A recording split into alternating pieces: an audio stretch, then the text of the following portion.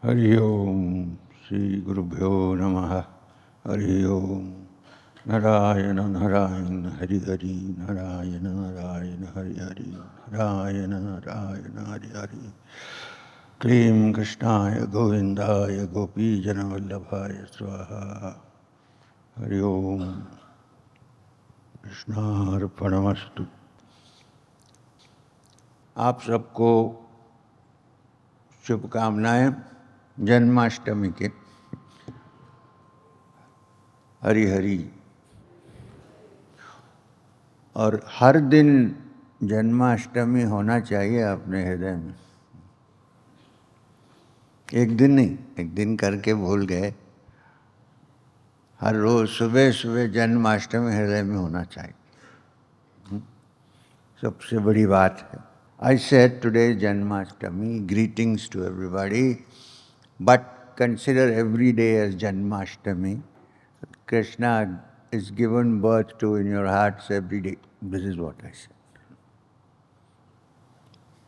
हिंदी में और सुंदर लगता है, मगर ठीक है कोई बात।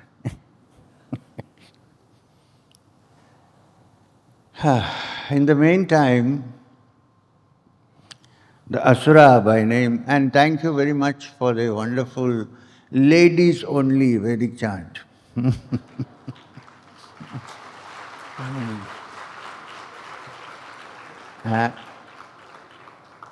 Looked like Krishna blessed the Gopis and they all started chanting wonderful names of Vishnu. Nice.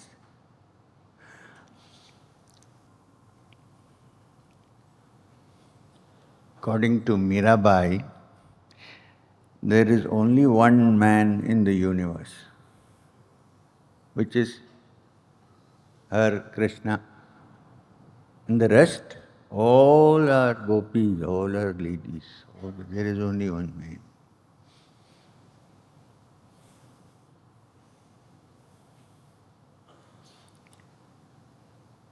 So, in the meantime, the asura by name Keshi. So Keshi has arrived, you know that. We discussed that yesterday. And went fast towards Brindavan. He was eager to do what his master had asked him to do. He had so many comrades, and they had all been killed by this young boy called Krishna.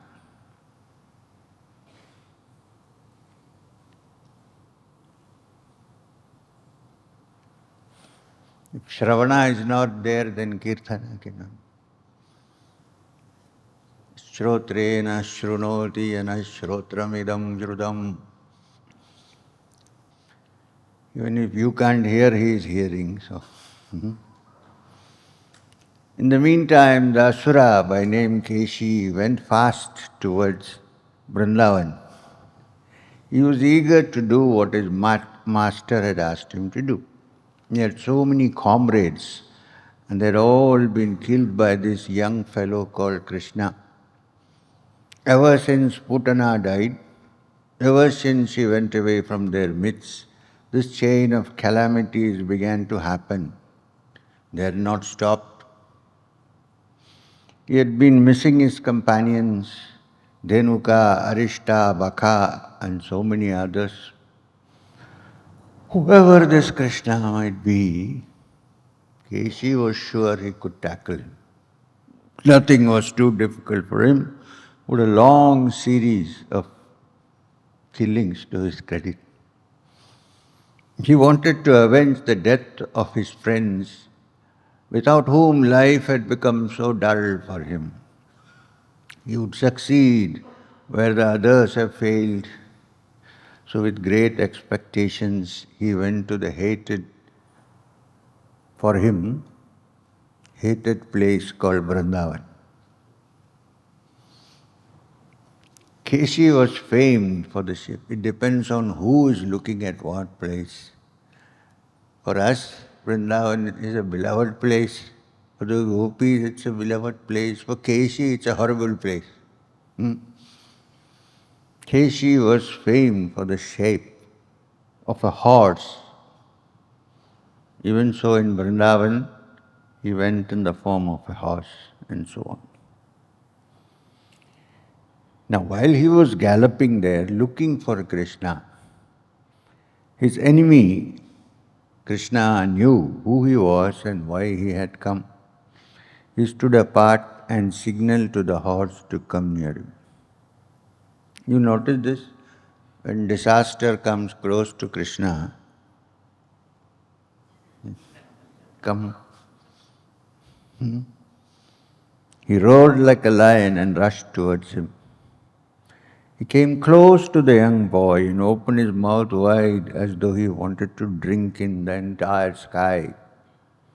He then kicked Krishna with his hind leg. Krishna stepped out, picked him, he missed the kick. Sorry. When you think of Krishna, you're not thinking of kicks. Firmly in both hands, he raised the horse aloft like Garuda, lifts the king cobra before killing it, twirled it, and finished him off. Krishna withdrew his arm from his big mouth into which we read yesterday, and told himself that this asura was the last one to be sent by Kamsa. Now only Kamsa remained. But there is Akrura also. Narada came to Krishna and prostrated before him. Narayana, Narayana. To Narayana he prostrated. He spoke to him sweet words of praise. Then in secret spoke to Krishna about the role he had to play in the present avatara of his. Narada said, Krishna, oh Krishna, you who are formless have taken on the form of a human being for the good of mankind. You are Yageshwara. Yageshwara is one who presides over all the yagas. You are the Yageshwara and you are the Lord of the universe. You are the home of everything. Everything is born of you and withdrawn into you. You are Ishvara who lodges inside the heart of everyone. You are the Antar Atman. You are the Mahapurusha.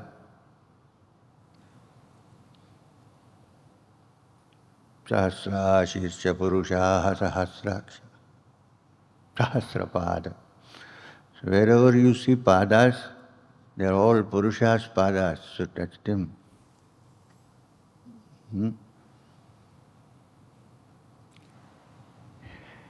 You are the Antaratman.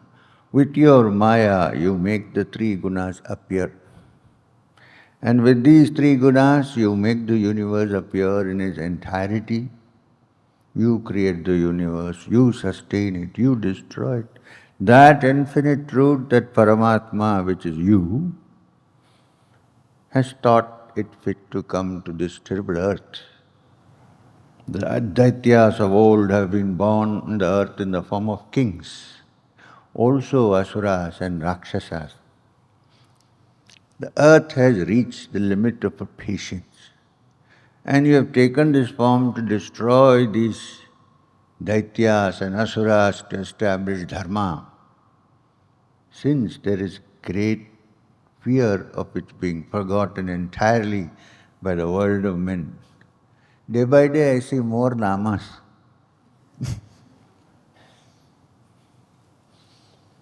This Keshi, whose neighing would frighten even the devas so much that they would run as far as they could. This Keshi was killed by you like a worm. 2 days from today, my Lord, I will have the pleasure of seeing you kill Mushtika and Chanura. Later, there will be killing of Shankha, Kalevana, Mura and Narakasura. I will then see you taking the Parijata tree from the heavens, and there will be a treat in store for us. When you fight with Indra, I will see you married to the many young maidens. Nrika will attain moksha in Dwaraka. There will then be the incident of the Shamantaka jewel and your marriage with Bhama. You will then rescue the boys from Mahakalapura, palace of time. This will be followed by the killing of the famed Paundraka, Vasudeva, who will challenge you to fight with him. Paundraka Vasudeva. The city of Kashi will be burnt by you. Later in the yaga by name Rajasuya, performed by your cousins, the Pandavas, Shishupala will meet his end. The city of Dwaraka you will stay to the delight of poets and your devotees.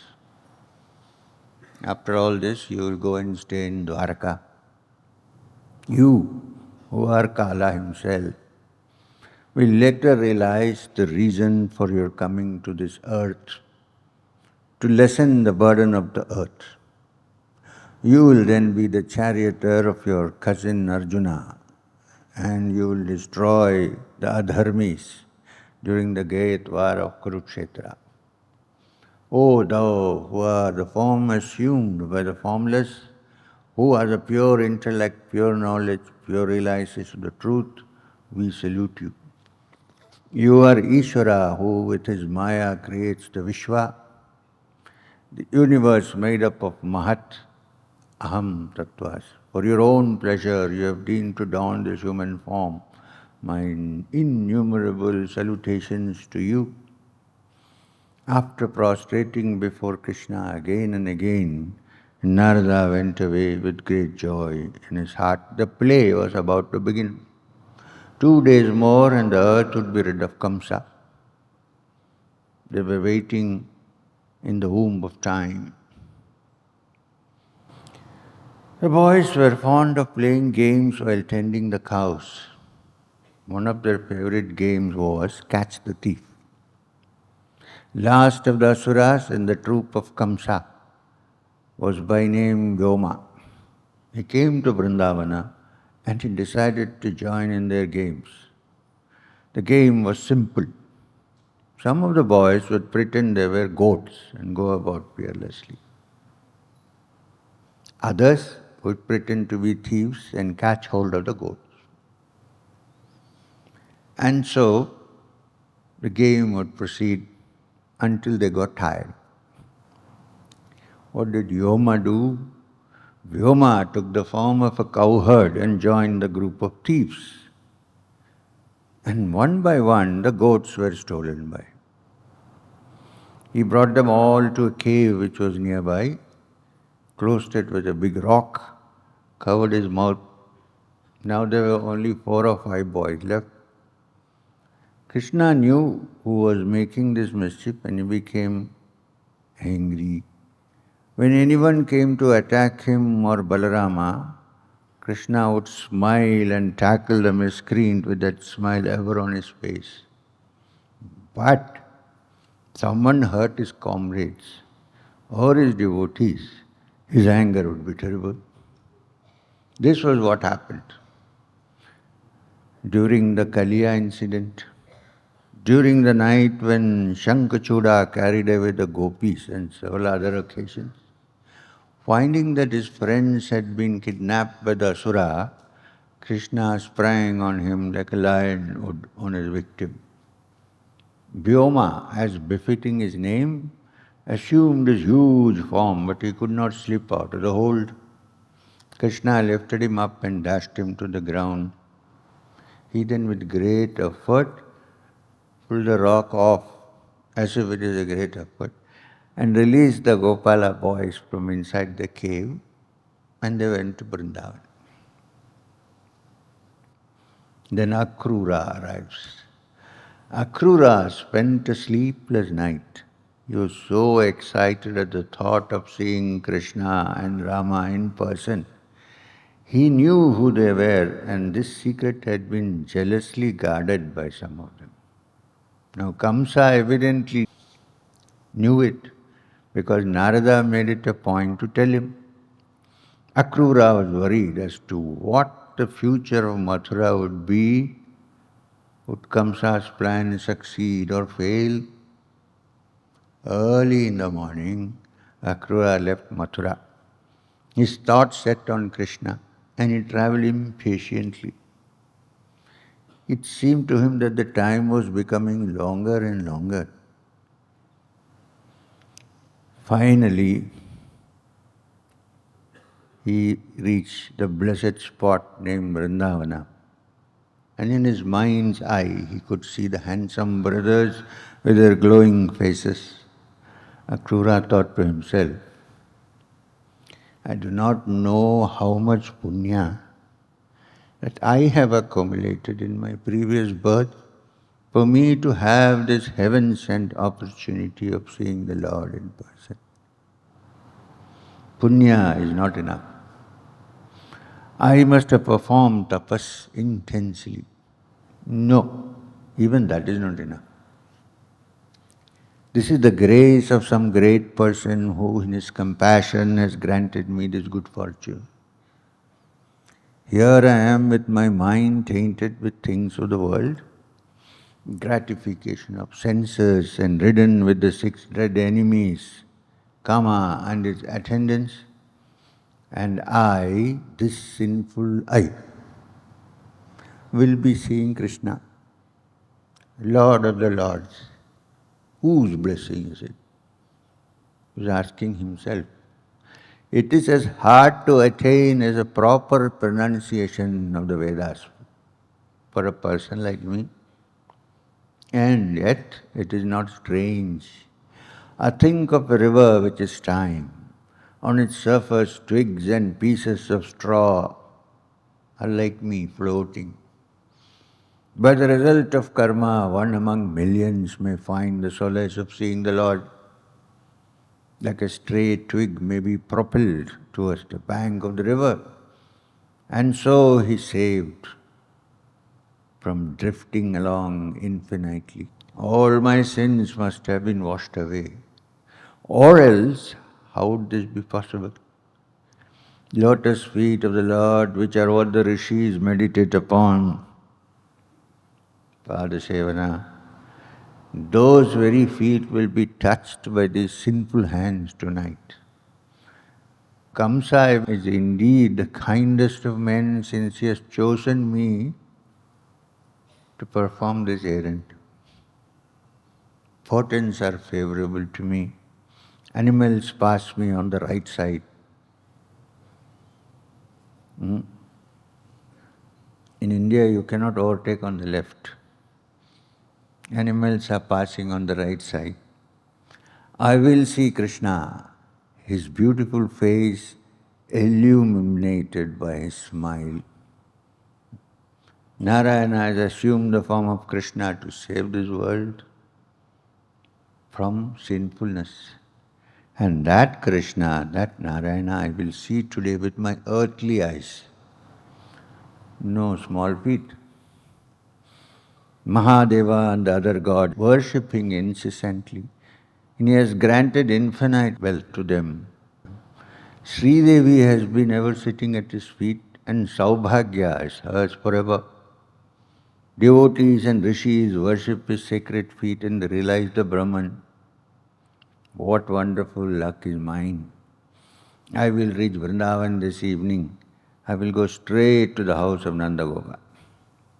He is thinking all this while going.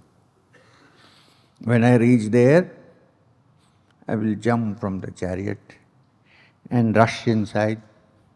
There I will see Krishna and Rama with their parents and friends. Great joy will be mine. All this is mine.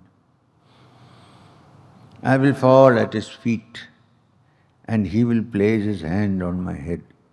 This is called manana. Shravana, manana, kirtana. Even after I tell him that I have been sent by Kamsa to fetch him to Mathura, even when he knows the purpose of this mission of mine, he will not hate me, I know that. I am but the arrow shot by Kamsa, and Kamsa is the mystery, not me. Krishna will know that, and so he will be gracious to me. With a smiling face, he will welcome me, and all my sins will be burnt away like moths when they touch the flame. He will then raise me up and embrace me. My body will be purified by the touch of his mighty arms. Thinking on Krishna thus, Akrura, the son of Swaphalka, reached Brindavan. The western sky was reddened by the rays of the setting sun. Akrura's excitement was so great that he could not stay in the chariot any longer. Getting down from the chariot, he looked all around him. So, this is where Krishna lives, he said. These are his favorite haunts. Thinking thus, Akrura bent his eyes on the ground. There he saw a glorious sight. The ground had strange markings on it. He had never seen anything like it before. He bent down to have a clearer look. The entire ground was covered with the signs of Shankha and Chakra. Chakra and the conch. The conch and the discus, the two sacred things held in the hands of Narayana. Akrura was on the point of fainting. He knew then that the tiny feet of Krishna had these markings on them and they had left their impress wherever they went. Anukshareka could be found on the ground, and the eyes of Akrura filled with tears of joy. He said, "These are the markings of the feet of the Lord. Fortunate indeed is Vrindavan, which has become sanctified forever. How can I set my foot on this holy place? Now everywhere there is a Shankha and a Chakra. How will I put my feet where?" He fell down, placed the dust on his head and rolled towards Krishna's house. Akrura, because he didn't want to put his feet on the ground, so he rolled. I will not touch with my feet what my Lord has sanctified, he said. In the meantime, Rama and Krishna had come back from the forest after grazing the cows. They knew that Akrura was expecting to see them, and to please him, they gave him darshan, which he had been imagining in his mind all through the journey to Brindavan. Akrura rolled on to the house of Nanda. You're wondering, why is this man rolling? Even the occupants of Brindavan don't know why he is rolling. He entered and feasted his eyes on the glorious sight which he had been aching for, the sight of the two brothers. They looked so much alike and so different. One was wearing blue silk, the other wore a garment of silk which was golden yellow. One was fair like the moon and the other was dark like a rain cloud. Both were young and their eyes were like newly bloomed lotuses. Long, lovely arms which reached their knees. Handsome beyond the bound of description. Soft and gentle eyes which were full of compassion. Eyes which smiled at everyone. Their walk like young elephants, with dignity and grace written on their faces. They were wearing jewel necklaces and also garlands strung with wild flowers. Akrura saw them and knew that they were the two forms of Paramapurusha, the beginning which causes the universe to exist. He knew that the Lord had taken these human forms And these human names, Rama and Krishna, for the welfare of mankind and for establishing of dharma. Akrura rushed towards them and fell at their feet. He wanted to tell them his name and where he came from, but his eyes were full of tears. His throat was choking and he could not speak, overcome as he was with so much emotion. Krishna lifted him up and embraced him even as Akrura had imagined. All this he had already worked. Krishna will embrace me. Balarama then embraced him. Both the brothers took his hands in theirs and led him to the inner chambers.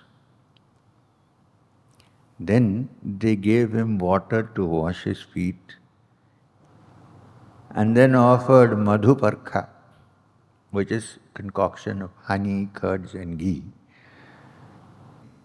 which was the time-honored way to greet honored guests. After they had made him rest, they made him partake of rice cooked in milk and other delicious food. This is a welcome given to somebody who has been sent by Kamsa to take them into death to Mathura. This is the difference between God and man. What will you do normally? I don't know. What will you do? Maybe put some poison into the pies.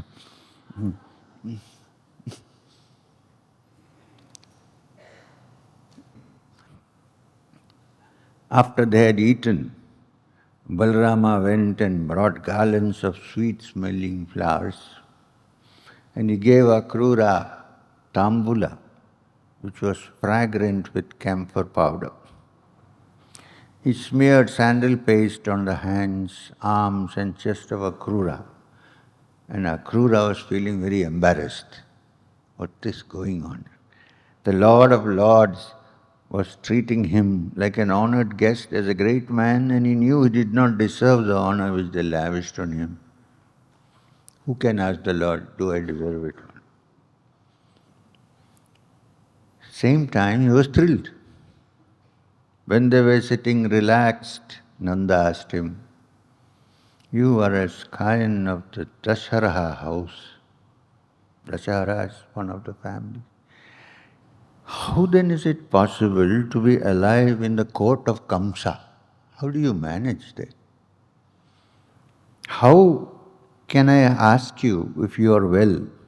You live under the rule of a man who loves himself so much that he killed the newborn infants which were born to his sister, his once beloved sister.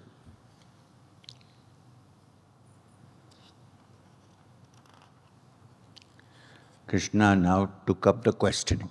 Nanda said this much, then Krishna told. Krishna now took up the questioning and he asked in detail about the good people of Mathura and their welfare. First question. About how they were able to bear the tyranny of Kamsa.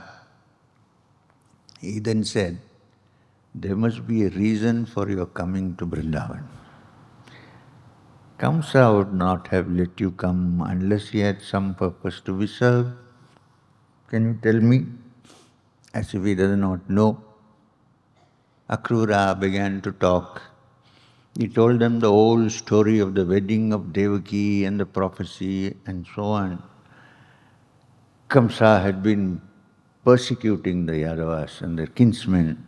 He told them about Narada's visit, the attempts of Kamsa to kill and so on and so forth. He then said, Kamsa is now sure that you are the two sons of Devaki, and he will not rest until he sees the end of you. He has a dreadful elephant which is named Kuvalayapida, and he is hoping to see both of you crushed by this elephant. If that fails, He has asked the most fierce of his wrestlers to tackle you, and he's sure that they will kill you. To give a semblance of friendship, Kamsa has arranged a yaga, a Dhanur yaga, which is the excuse he has thought up to get you to Mathura. If during your visit wrestling bouts are arranged and you both get killed, people will not blame him. It's for entertainment of the guests, right? The invitation of the Dhanur yaga has been sent through me. I am the emissary since I am a Dasharaha and partial to the Uddhava clan. Kamsa thinks that you will both be deceived, because if I go, you will not suspect anything and you will come. This is what Kamsa thinks. Nanda, you have also been asked to attend the yaga. I am to take these young men in my chariot, which I brought here. The brother smiled very sweetly and said, "So be it. How can we refuse the invitation? We will go to Mathura with you as per your dear uncle's wish. No question. We will come." Nanda then gave orders for milk and other offerings and tributes to be given to the king by small chiefs like him. He gave orders that early in the morning he would go with some of the elders to Mathura at the behest of the king. He asked the town crier to announce to everyone about the Dhanur yaga, that they were most welcome to joining him in the journey to Mathura. Town criers in those days, no internet. So they used to go around saying, "This is what is happening, hello, anybody interested, come." Akrura the cruel, early in the morning, one of the Gopis got up to sprinkle water at her doorstep and to paint pictures with flour, as was the custom. She saw a strange chariot at the door of Nanda's house. Dropping her vessel full of water and dish containing rice flour, she rushed to the other houses and said, someone had come to see Nanda. And she added, "This chariot is such as we've never seen before. It seems to be someone from the royal house who has come. Come, let us go and see." You know what happens when one lady knows something?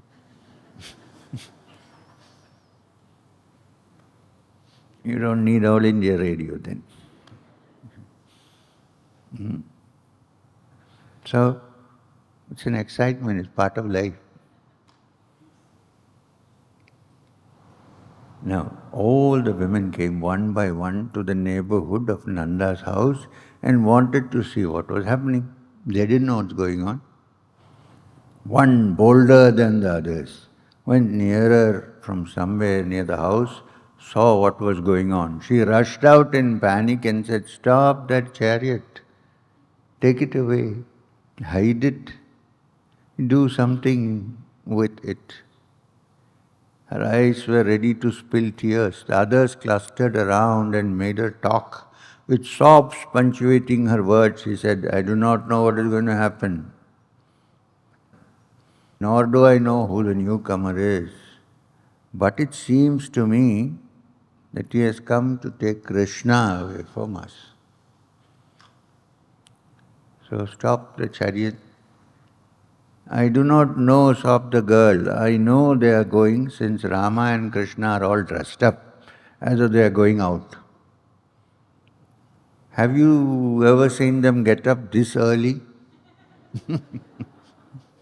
They are lazing around. Today seems to be unlike the other days.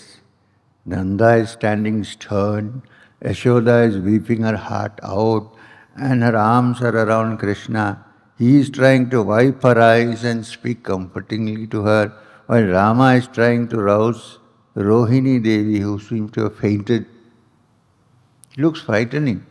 I am sure Krishna and Rama are going away with this man in the royal chariot, 100%. With beating hearts and with their eyes blinded by tears, the women stood around and waited to see what would happen. They saw a movement near the door. A stranger came out of the house, and his dress was all rich silk and brocade, proclaiming him to have come from the city. Well, here nowadays, if somebody comes from the city, how do you proclaim? Jeans. So here it was different those days.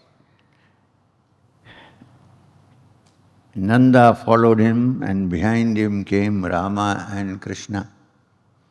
Yashoda and Rohini stood in the doorway, clinging to it for support, and they had covered their eyes with their hands. Their bodies were shaking. For the first time, they saw Krishna looking serious. As for Rama, there was a frown on his noble brow, and he looked angry. Gopis saw Krishna and he rushed to them. Now, how many gopis had gathered? He was embraced by each and every one of them, and they could not talk, any of them. They did not ask him where he was going. They knew that he was going. It did not matter where. Krishna told them about the royal command, about how he had to obey, or else the entire Vrindavan will be destroyed. Vrindavan destroyed, asked a love-lorn girl, what do you think it will be like when you are gone? Huh? Do you think we will be able to live even for a moment without looking at your face every day? You don't go away now. If Kamsa destroys us, it doesn't matter. We will die. With our eyes trained on you, with our lips breathing your name, do not make Brindavan barren, and do not kill all of us. Your going is like killing us. We have no one else except you. How can you find it possible to abandon us? They turned to Akrura and they scolded him. Akrura was taken aback. Hundreds of girls coming and scolding him. They said, how dare you take away darling Krishna with you? What an unsuitable name they have given you, Akrura. No, Krurata is cruelty. Akrura means in Sanskrit not cruel. You put an A and it becomes opposite. So, what a wonderful name they have given you, stupid man. Considering you are the personification of cruelty. You are Yama, the god of death, and you have come to take away our lives. We will die if Krishna leaves us. Krishna pacified them and told them he had to go. Hey girls, move off. His father would be punished. He did not want to be failing in his duty to his parents. None of these words would comfort the lamenting one.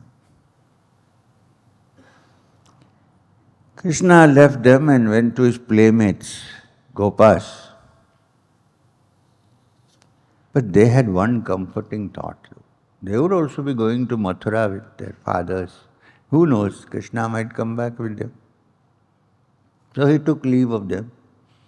His eyes were sad since he knew that he would never come back to Brindavan, never again to the slopes of Govardhana, never again to the banks of Yamuna. He did not tell them he'll come back. No.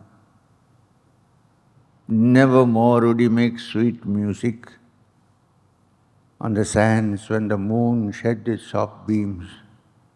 Never again would he hold a stick of bamboo in his hand and drive the cows to the forest.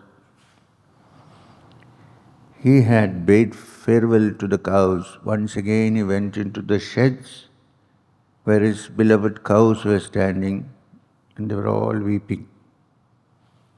He wiped their tears and with his forearm wiped his own tears and went to the presence of his mother. He touched her feet and took leave of her. She clung to him and he had to disentangle himself from restraining hands. Rama had already gone towards the chariot. But Rama is always advanced party. Even Akrura helped him into the chariot. He placed Krishna by the side of Rama. He then sat in the driver's seat and took the whip in his hand.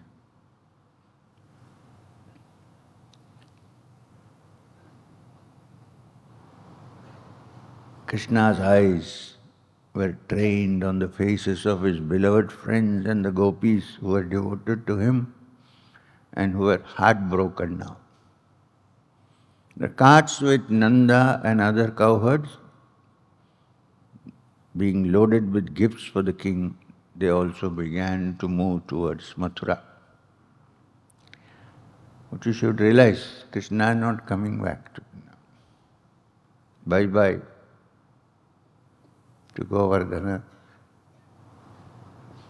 After a few stunned moments, the Gopis realized that their Krishna had begun his journey to the city. They spoke to themselves, look at this Krishna, how hard his heart is. How could he leave us like this and go away to Delhi? God himself is against us, or else something would have happened to stop their progress. On the other hand, all the signs are good and they prophesy success, which is our defeat. Come, let us stop him from going. Let the elders try and stop us. We will pay no heed. So what did they do? They tried to stop the chariot. Couldn't help. The Gopis and the young boys then set up a wail. And the very skies resounded with their piteous cry. The chariot went further, and Krishna held his hands out, asking them not to follow him. And often he looked back at them, and their hands held out to him. He called out to them, I will send word to you, please do not be unhappy. They stood staring in the direction where the chariot was fast disappearing. They wiped their eyes and stared intently until the dust rising from the chariot settled down. Krishna had gone away from them. Akrura sees a vision. The chariot went fast. Soon they reached the banks of the Yamuna.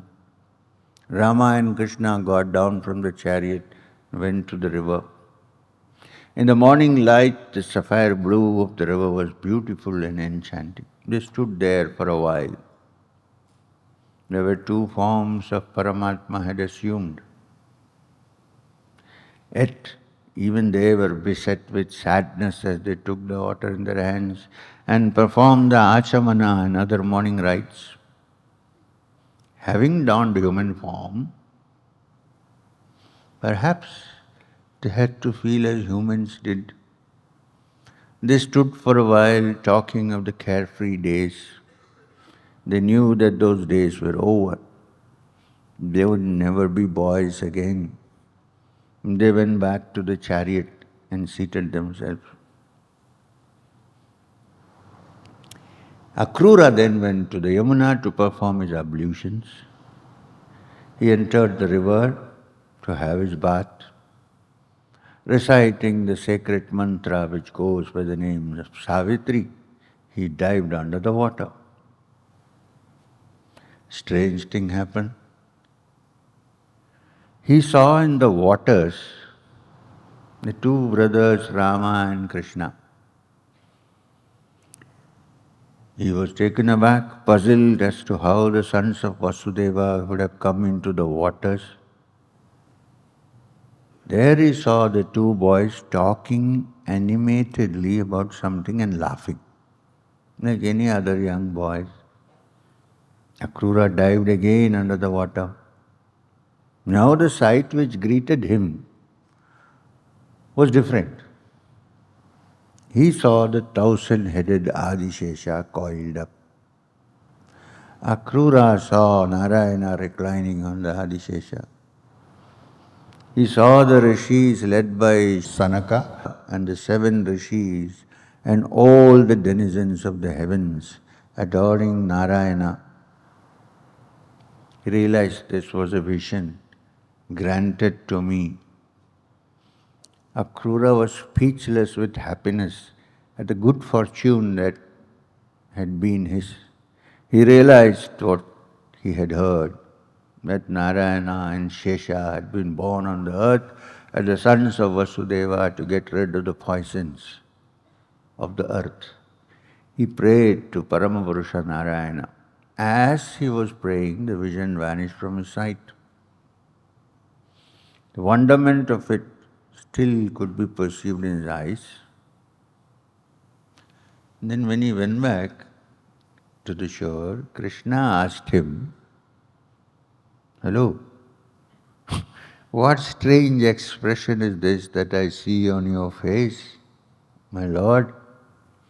Did you by any chance see anything wonderful? Something you have not seen before? Please tell us.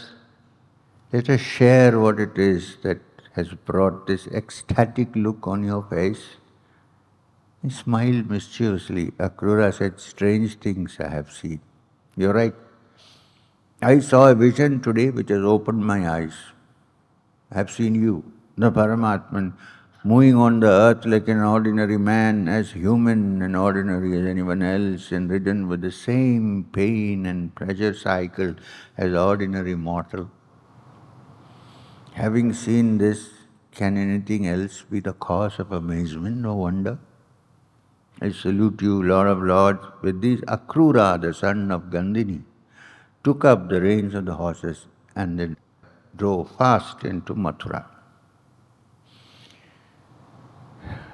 The sun had reached the western sky when they entered the city of Mathura. The passers-by saw 2 handsome youths in company of Akrura. They could not take their eyes off from them. Such was the charm that they exerted. Nanda and his companions had already reached the royal gardens and were waiting for the arrival of the children. Akrura took the chariot straight to the place where Nanda was. Rama and Krishna then took the hands of Nanda, touched his feet. Krishna said, "Akrura, your mission is fulfilled. Go now straight to your home and tell your king that you have brought the youngsters as instructed. As for us, we will stay here for a while. We will then walk around and see what the city is like. City tour करके फिर आएंगे. You must remember, we are just folk from the countryside, cow herds. We do not know anything about the benefits and beauties of this great city." A twinkle in his eyes brought a smile to the lips of the listeners, and Akrura said, "It is not right that you should abandon me like this. I will not enter Mathura without you. Please honor me by coming to my humble house with your brother and sanctify it. Please let the dust of your feet make my home a hallowed spot in Mathura.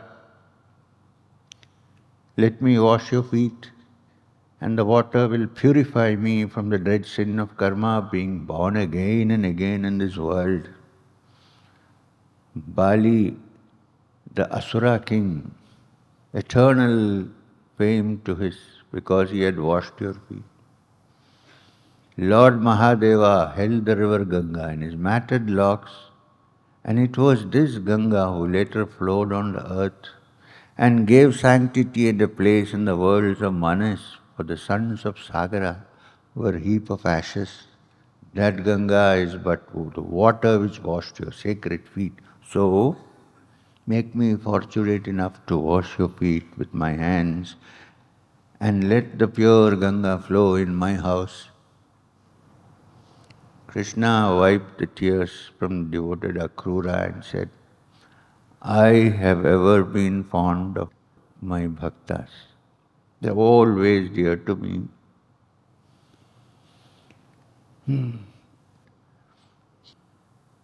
Sarvadharman paritvecha mamekam saranam vraja aham to sarva papebhyo mokshayishami masucha. That's what he said in the Gita. We do nothing now. Just surrender to me and you're free. I have never refused them anything. But then, Akrura, let me attend to this urgent task. I have to rid the earth of this sinner by name Kamsa. I must comfort my kinsmen, the Yadavas. I must meet my parents for the first time. When that task is over, I will surely come to your home and spend some time with you. Now, it is not right for you to stay long with me. Go back to the city and tell Kamsa that you have succeeded in your mission. Akrura went back with a heavy heart. Krishna and Rama, now reunited with their playmates, took the permission of Nanda and went on a sightseeing trip of the city. Mathura was a beautiful city. Every house had beautifully carved doorways, and the turrets in many houses were enclosed in sheets of gold and silver. Nothing there now. Well, there is, if you see with the other eye. The doorways were made out of beautiful dark wood and inlaid with gleaming metals like silver, gold, copper and brass. The entire city was surrounded by a large and deep moat. There were many gardens, and these were full of flowers. Air was laden with the scent of flowers. They could see that only rich men lived in some of the houses. The signs of affluence were so apparent. There were terraces in many houses, and peacocks were strutting about in every house. The cooing of the pigeons could be heard everywhere. The roads were wide and sprinkled with water. The shops were filled with wares from all over the world. Vendors were selling their silks and silverware with loud voices. Everything was new and amusing, and the children from Brindavan walked about the place as though they had never seen the like of the city before. Anyway, the women crowded to the terraces and windows and other places to drink in the beauty of these two young men walking like lions in the streets of Mathura. In the midst of all the noise and excitement, when they were walking thus, they saw a washerman coming towards them with a large bundle of clothes strapped to his back. Krishna stopped him and asked him what he was carrying. The washerman was the personal attendant of Kamsa. And the arrogance of the king had rubbed off on him to a large extent, because he's washing his clothes every day, right? You must be careful whose clothes you wash. He said, I am the king's personal washerman. He is happy only if I wash his clothes. Nobody is allowed. This bundle contains the silks which are to be worn by King Kamsa Maharaj. With a smile, Krishna said, look, There are so many clothes in your bundle. We have come to watch the Dhanuryaga. In our hurry, we did not bring good clothes. Please give us some silks from your bundle, and I assure you that you will not regret it. Come, give us some silk. Washerman laughed loudly and said, "You are too audacious, I must say. How dare you aspire to the honor of wearing silks fit for the king? I can see that you come from the village. You are used to wandering around hills and meadows. Your rough clothes are a sure indication of that. That is perhaps why you beg of me for the soft and delicate clothes which you have never seen before. Get away from here before I get angry, or before the king's men come to know of your impertinence. They may beat you up." He looked round to see how the lookers on were responding to his high talk. Krishna was irritated. With a sudden blow from his hand, he hit the washerman on the head. So powerful was the blow and so unexpected that the washerman received the full impact. His head fell away from the body. His companions got scared and ran away from there. Calmly, in a very leisurely manner, Krishna opened the bundle of clothes and choosing silks for himself and his companions, he dressed himself up in them, and so did Balaram. The others put on the other garments, and what was left over, they left on the road and went on the way. It was done in just one shot. What to do? So Vyasa says his soul attained the Lord's feet. There was a weaver on that road.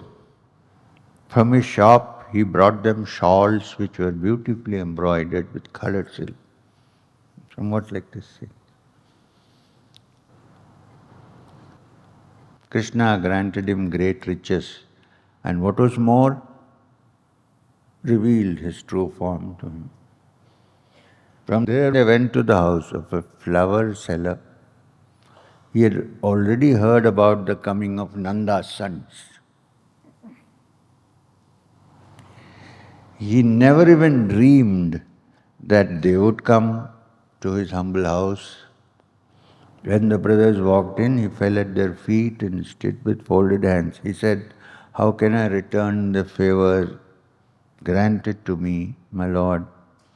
I am but a flower seller." Krishna was pleased with the affection of the flower seller by name Sudama, and he stayed in his house for a while. He dressed himself with the flower garlands and the sandal paste and the tambula, and let Sudama give the same things to Rama and his companions, left the house of the flower seller. Krishna said, "Since you seem to think I am the Lord of Lords, ask me anything that you desire, and I will grant it to you." Sudama smiled sweetly at Krishna and said, "Having seen you and your beautiful face, having heard your sweet words and the affection in it, do you think I have any more desires? All I want, my Lord, is constant bhakti towards you. I want to have love for your bhaktas. Please make me compassionate towards all human beings, all living beings. These are the only things I desire most in this world." Krishna granted him all these, and immense wealth and fame. The young men walked out of the house of the flower seller, full of flowers and with happy faces and laughter. Two youngsters with their followers were again resuming the walk. Walking towards them was a woman. These are all adventures in the city of Mathura. walking towards them was a woman. She was a young woman, and her face was very lovely. In her hand she held vessels filled with perfumes and a paste made of sandalwood. The scent was so powerful, the entire road was filled with fragrance. Krishna looked at her. Poor woman. She was a hunchback.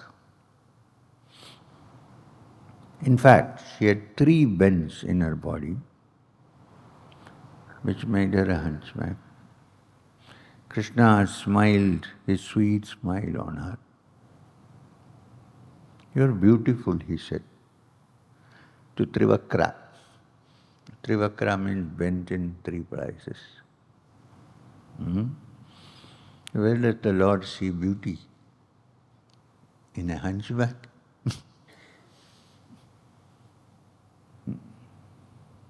Tell me who you are. What are you having in your hands? It seems to me the vessel is full of perfume. Who is meant to use it? Tell me, if you are so inclined, please give it to me.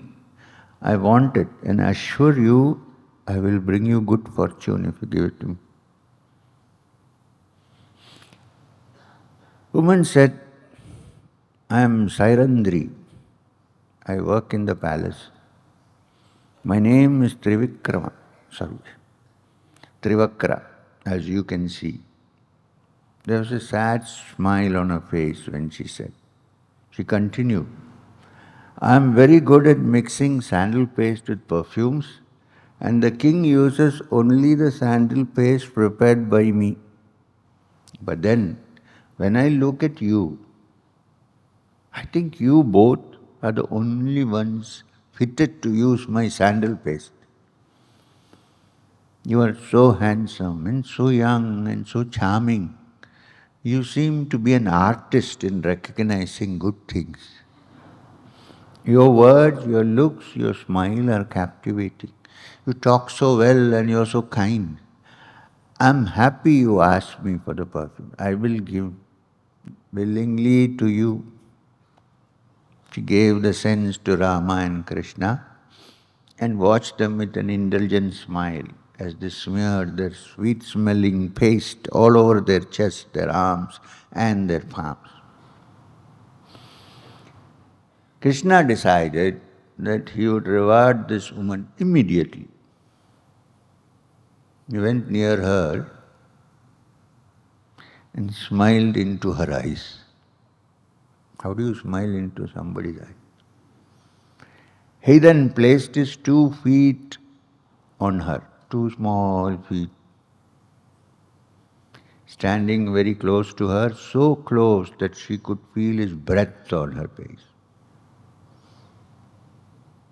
He placed his 2 fingers under her chin and lifted her up, raised her face and her neck gently and firmly.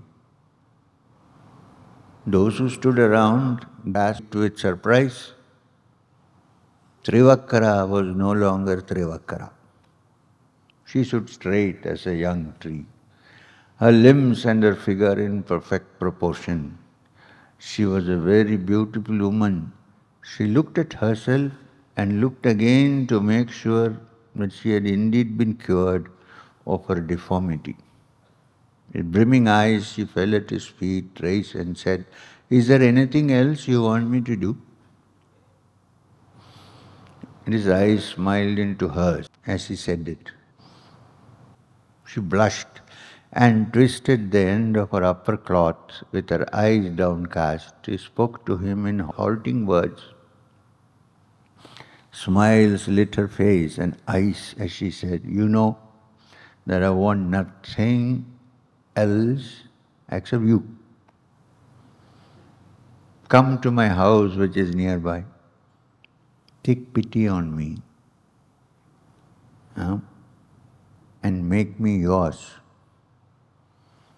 Come to my house nearby, take pity on me and make me yours. Rama was watching with a mischievous smile. And all his comrades were sharing the amusement of Rama. They're saying, this woman doesn't know. Krishna laughed with glee and said, my dear woman, you are very beautiful and I will certainly give you what you are asking for. But then you have to wait. I have a task to perform. I can do nothing until that major task is accomplished. Wait for me till then. They passed on with Trivakra and others staring after them. They would ask the passerbys about the location of the Ayudhashala, the armory, where the Dhanush was placed, the great bow which was used as an excuse to bring Rama and Krishna to Mathura. They reached the Ayudhashala and entered it. The great bow was there. It was to be worshipped the next morning. It was a beautiful sight, awe-inspiring. The brothers stood with reverence writ on their faces. Guards were standing all round. It looked like Indradhanush. So colorful and so powerful it was. Indradhanush, you know what is Indra? The rainbow. Indra's bow.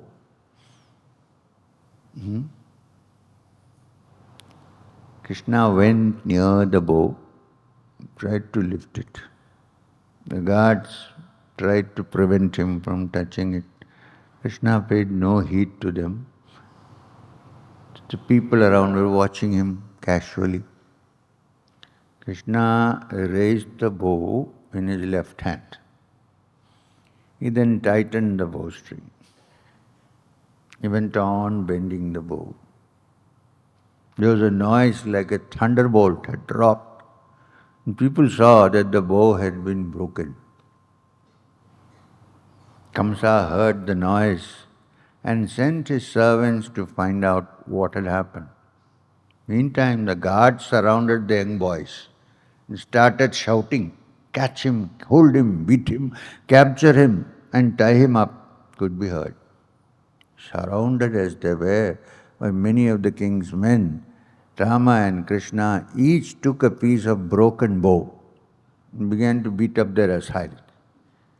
Kamsa heard what was happening and sent his army to quell the disturbance. The army was destroyed.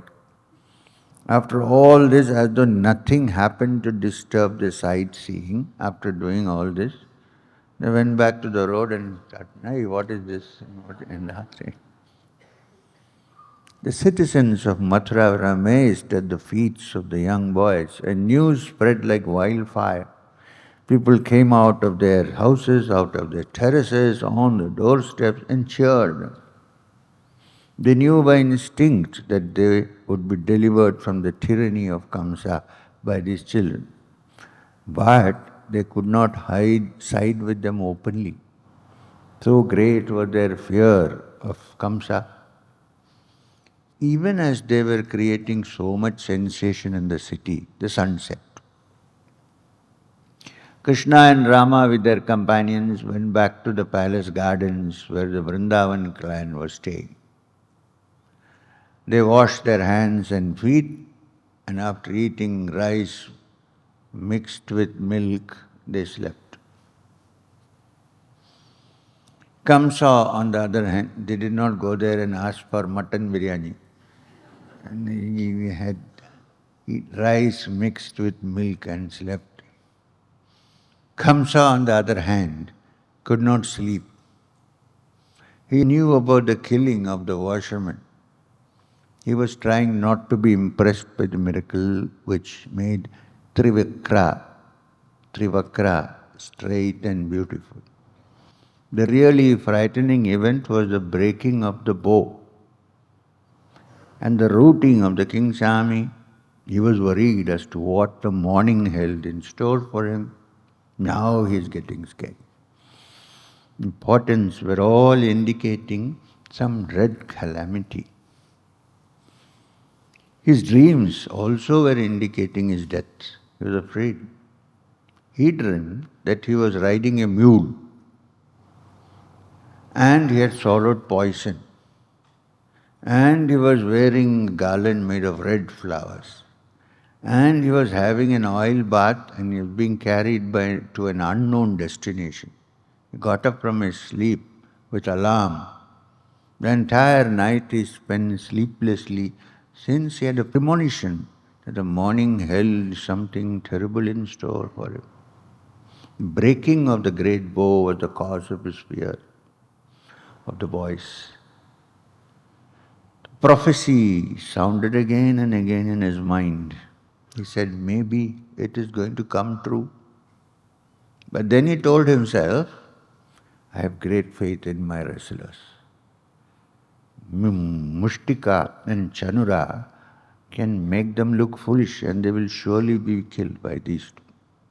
Perhaps they will be killed sooner by my dear elephant Kuvalayapida. No one can escape from under his feet. Comforting himself thus with these thoughts, Kamsa tried in vain to sleep. East was red with the rays of the rising sun. And the entire city was dressed in its best. Dhanur Yaga would be a farce since the Dhanur itself was broken, so no way. Kamsa had the town criers proclaim that there would be a great display of wrestling by the famed Mushtika, Chanura, Shala and Toshala. Arena had been erected specially for this, and the people were quite eager to see the different bouts. The place was filled, boxing ring was filled with eager spectators. Wrestling ring. Bugles and trumpets made noise incessantly. The place had been decorated, etc., etc.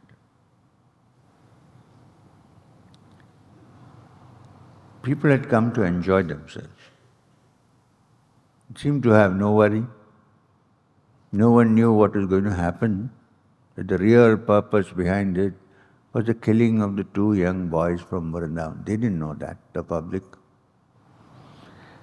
There was a sudden silence as though roaring sea had been muted by a magic wand. Why? Kamsa appeared. Kamsa came with his innumerable security guards. He stood on the terrace and all the people cheered. He accepted their homage and seated himself on the throne. The vassals brought their tributes and offerings. Nanda was also one of them. After placing his offerings at the foot of the throne, Nanda went back and sat in the place specially allotted to him. His friends from Brindavan also sat. The trumpets sounded, announcing the arrival of the wrestlers, and one by one they entered. They ascended the platform and bowed before Kamsa. And they were Mushtika, Chanura, Kuta, Shala and Toshala. They were formidable to look at.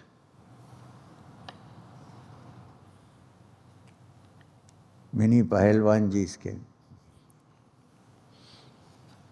Krishna and Rama, in the meantime, had reached the streets of Mathura long before their father left the engagement. They heard the sounds made by the trumpets and bugles, and they went near the palace to see what was happening. According to the advice of Kamsa, several guards were following wherever they went. When they came to the entrance of the arena, Krishna pointed out to Balarama an elephant of immense size.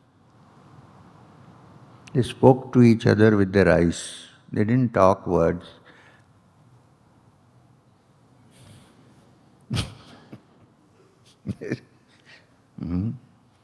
Krishna then went near the Mahot, who was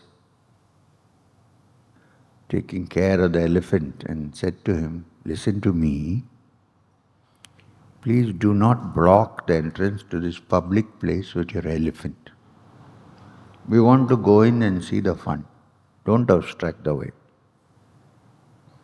The Mahot, who had been stationed there just for the purpose of meeting the two brothers, said, "What if I refuse?"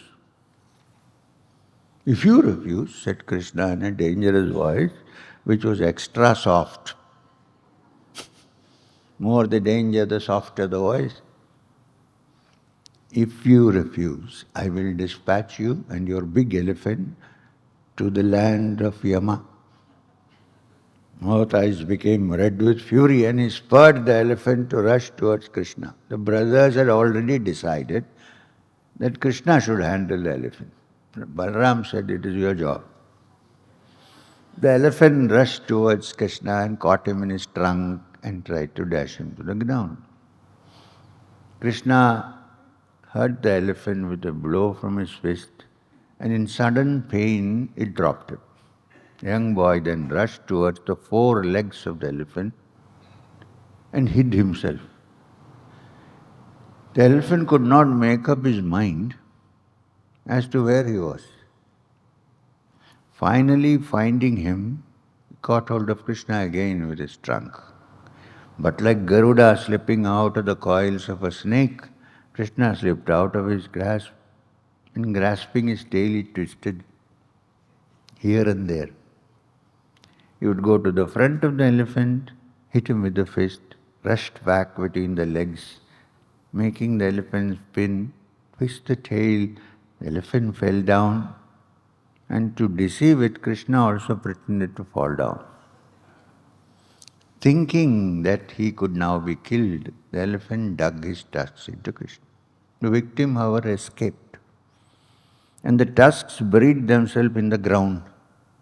Extricating himself with difficulty, the elephant, which was now mad with pain, rushed towards Krishna. He grasped it with ease by the trunk and felled it to the ground. Then he climbed the elephant like a lion, and with a twist of his wrist broke the tusk. By the same tusk he killed the elephant and the mahout also.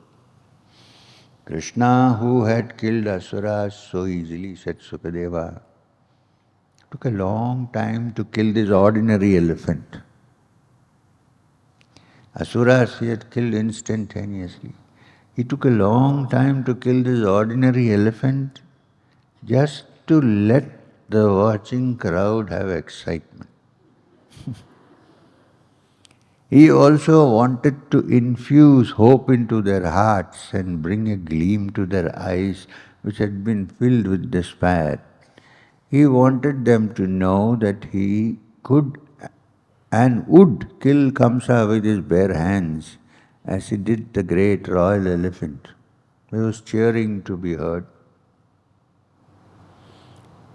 Leaving the dead elephant, Krishna placed the tusk on his own shoulder. The drops of blood and rot on the tusk dripped on him. His dress was soiled and his face was covered with drops of sweat. Like a lotus is enhanced in its beauty by the drops of water clinging. What happened to the elephant? The soul of the elephant? It went to Vaikuntha, which could not have happened otherwise. Rama and Krishna appeared in the courtyard of the palace near the arena, and the crowd stared at them, spellbound. They appeared different to different people. The wrestlers led by Chanura thought that they were two thunderbolts personified. Men who were watching thought they were the best among men. Women thought each of them was Manmatha in human form. The Gopalas were thrilled that they were one of them, Their Suhrit. The wicked kings thought of them as punishers of wrongdoings. To their parents, they seemed like infants. Kamsa thought of them as death incarnate. Different people looked different ways. The ignorant knew them not, but each one thought of them differently, according to his wisdom or lack of it. The yogis thought that they were the ultimate truth, And the Vrishnis thought of them as their gods who had come as their saviors. Thus all the 10 rasas of Raudra, Adbhuta, Sringara, Hasya, Veera, Daya, Bhayanaka, Vivitsha, Shanta and Prema Bhakti were inspired in all those who looked at him, depending on who.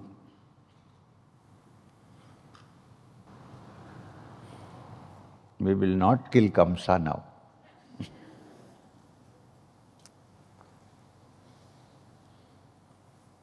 Let him stay for a while.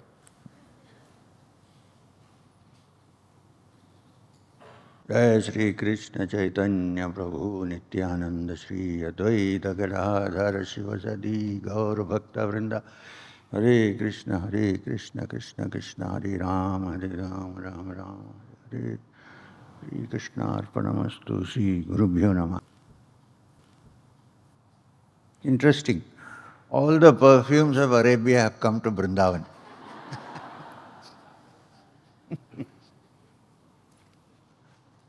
You wash your hands like Macbeth to get rid of sins.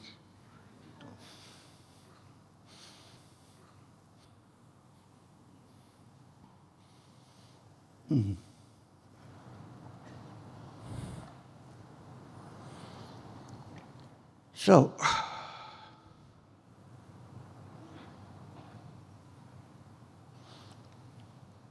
Kamsa realized that the most powerful weapon in his armory, the elephant, had been killed by this young man, and hardly a child.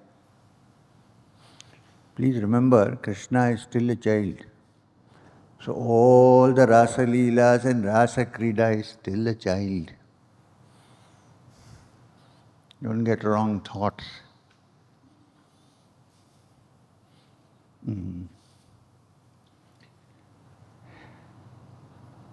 Child meaning young man.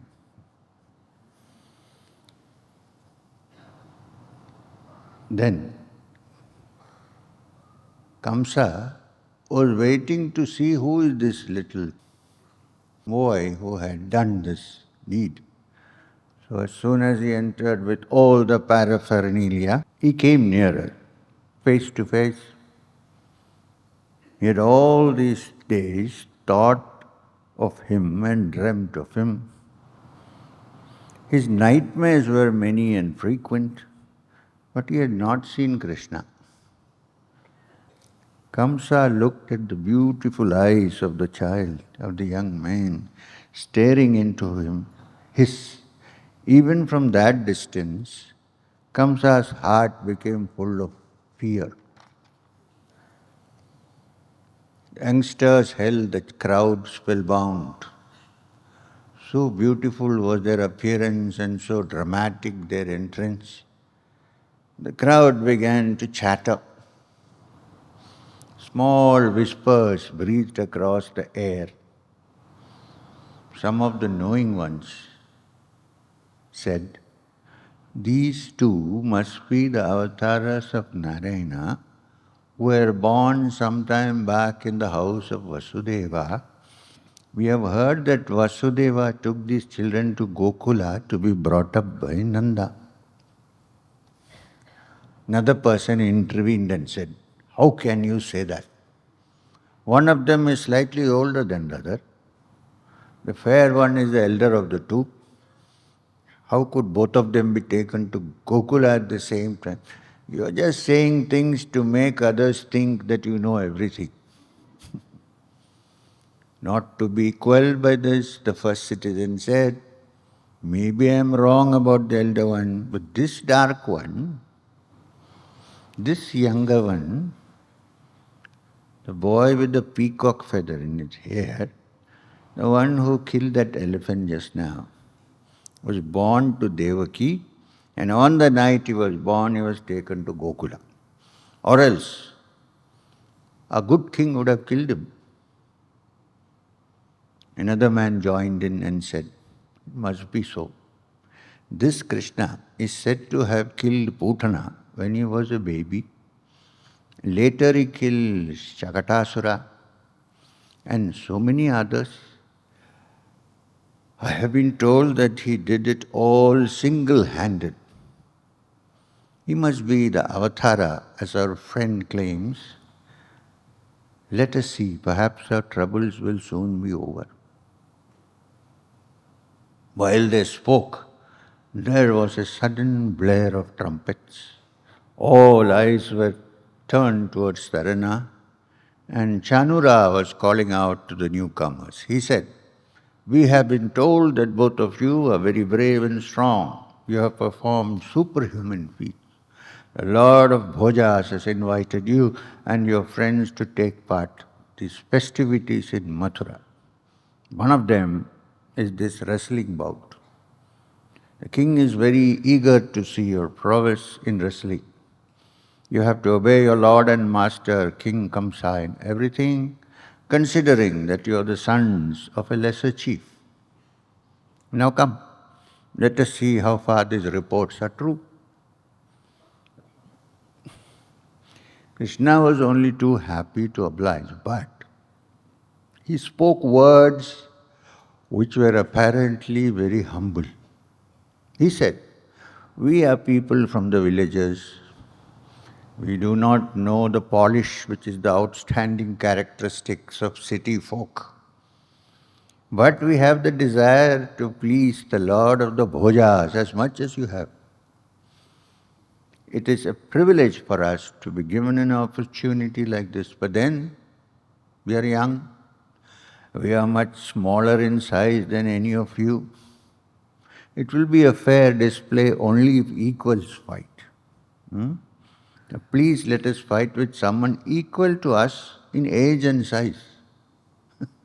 You are all too powerful for you to pit your strength against our puny strength.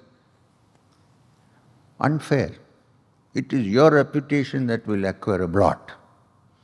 We do not want that to happen to you." Chanura did not relish his words. He said, "Enough of this talk. Just a moment back, we saw you killing that elephant, which had the strength of 1,000 elephants.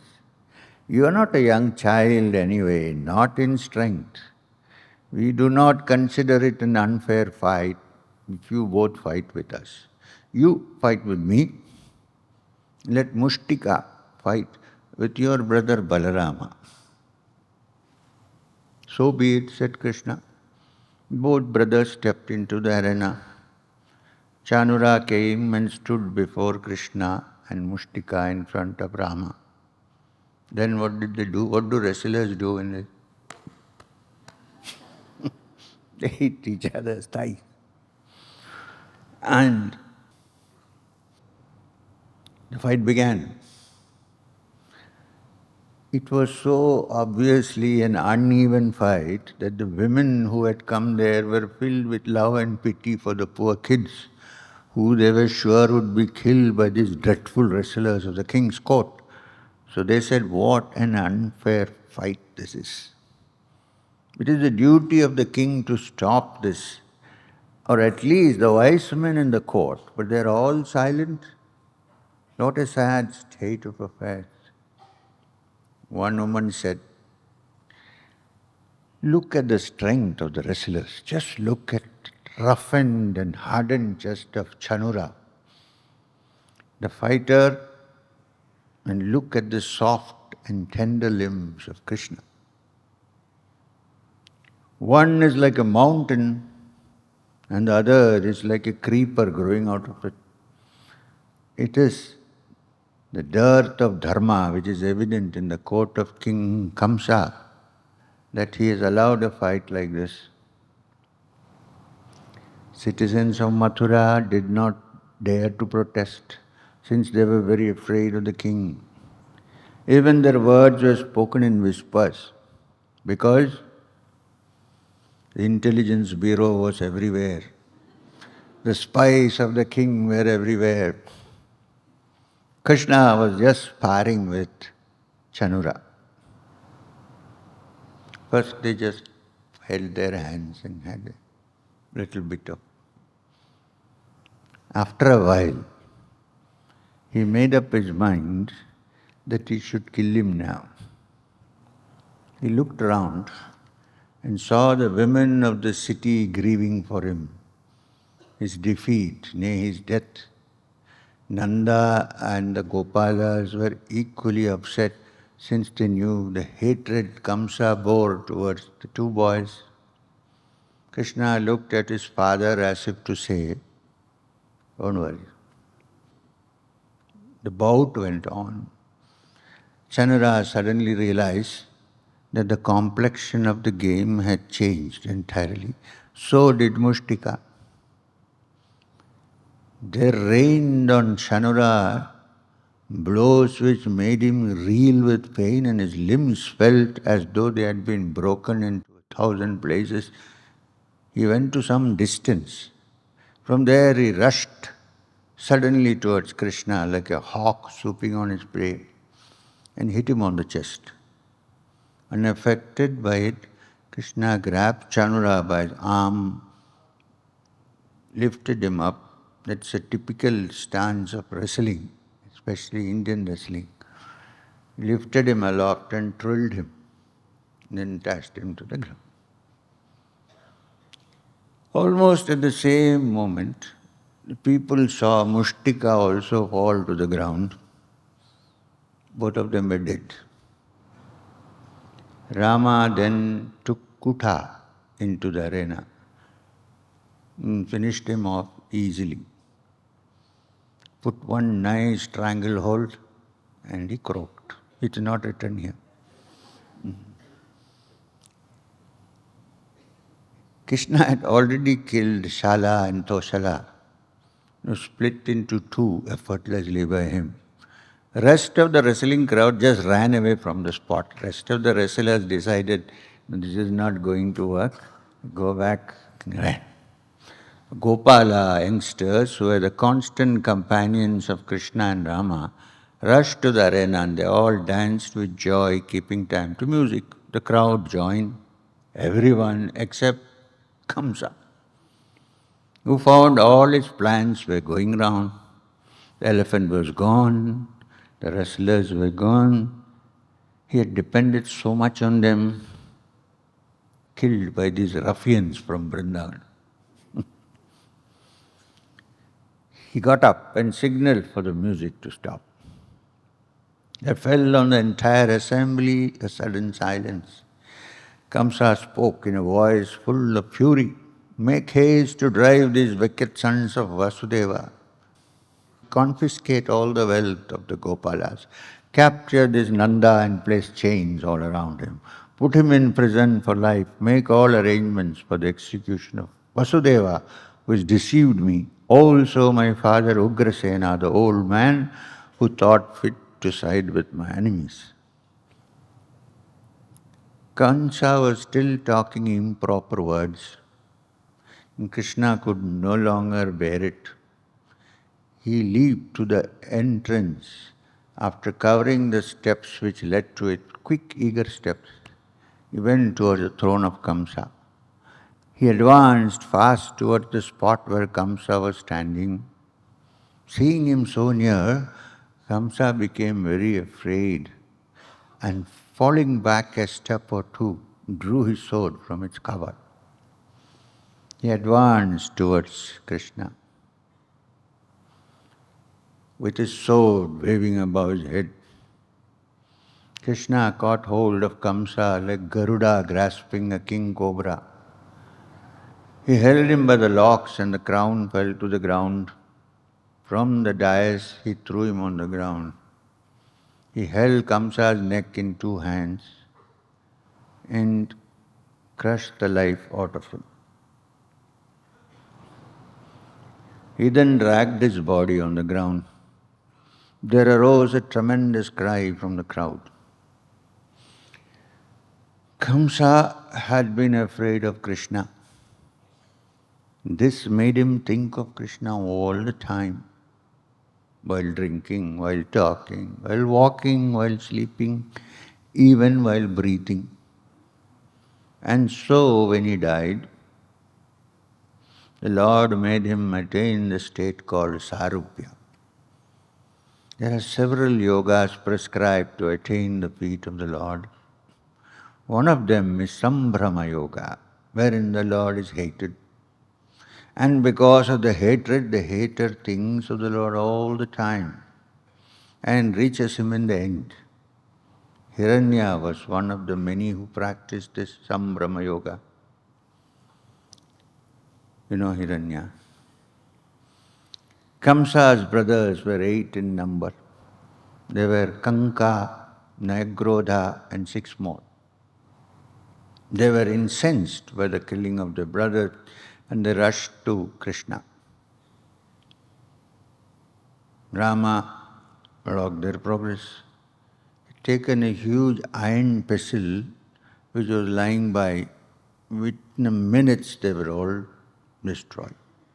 The citizens of Mathura were speechless with wonder and amazement and happiness. They could not believe that the troubles were at an end and that the tyrant king Kamsa would not harass them anymore. They ran hither and thither and there was nothing but confusion all over the place. Those who had not come to the Rana but had stayed at home now cursed themselves for having missed this wonderful sight. It was now a sad sight which met the eyes of Krishna. What is the sad sight? The wives of the dead king were there crying loudly, and he had to comfort them. He spoke to them in soft and comforting tones about the evil which Kamsa had been doing, and that he had to be killed for the good of mankind. They knew it all, of course. They had no part in this tyranny. But the fact that they were his wives was enough to make them suffer. Krishna knew that his words were not going to be of any solace to them. But these things had to happen.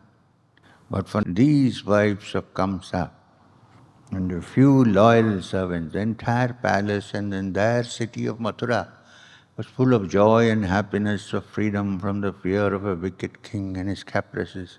Mathura was happy. Krishna and Balarama went now towards the prison house where their father and mother had been prisoners for the last so many years. Vasudeva and Devaki had just been told about what happened. At long last, they would see their sons. They did not know what they looked like. They knew nothing about them except that people from Brindavan would tell them in secret. But now they were going to see him. Rama and Krishna went to them. With eyes streaming, they removed the chains which had scarred the ankles of their father. They brought them out of the prison and fell at their feet, touching them with their heads.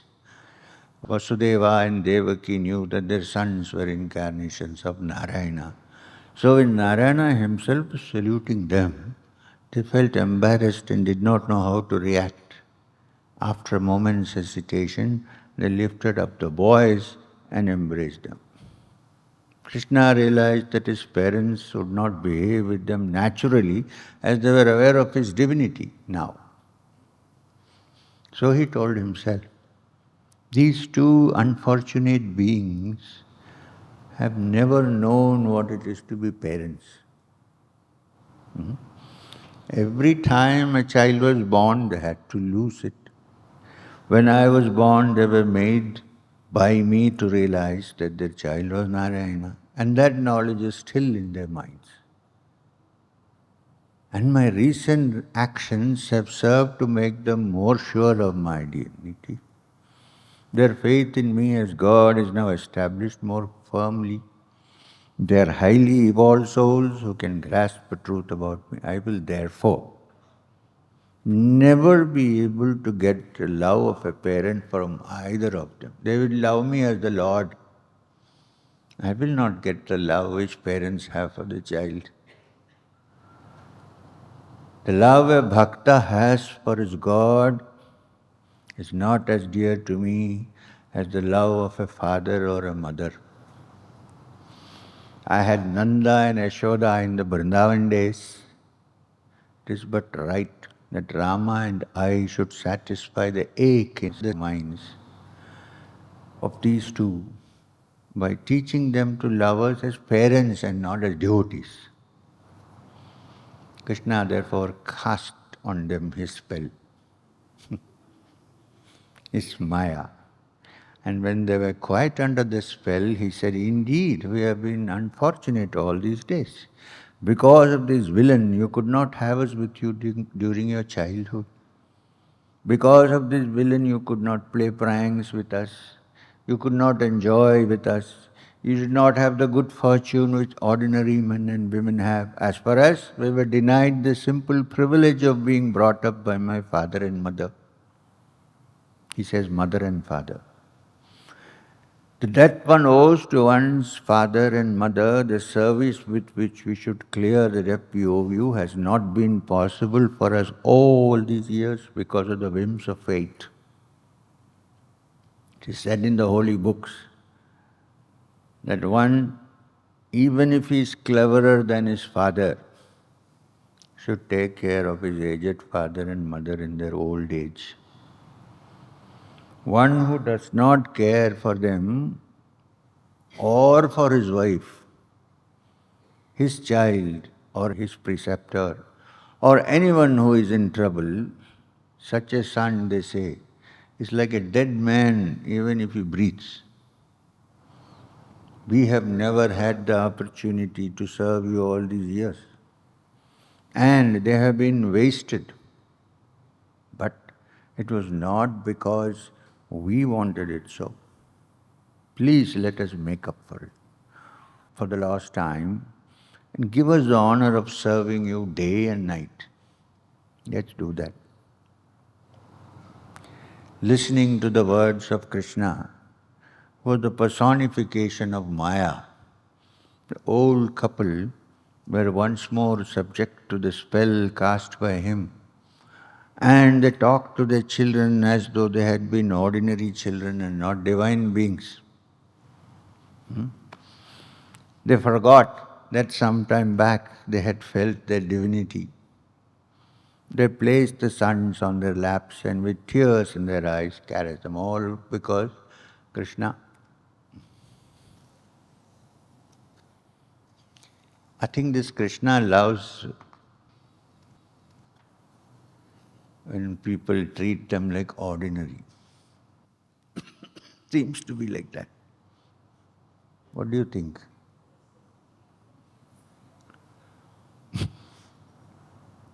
After a while, they all went to the prison where the old king Ugrasena was kept as captive. Krishna released him from his prison and asked him to take up the role of the king again. The old man said, I am old. I am not interested in ruling this land any longer. You are young. It is but right that the vanquishers of the enemy should rule the kingdom.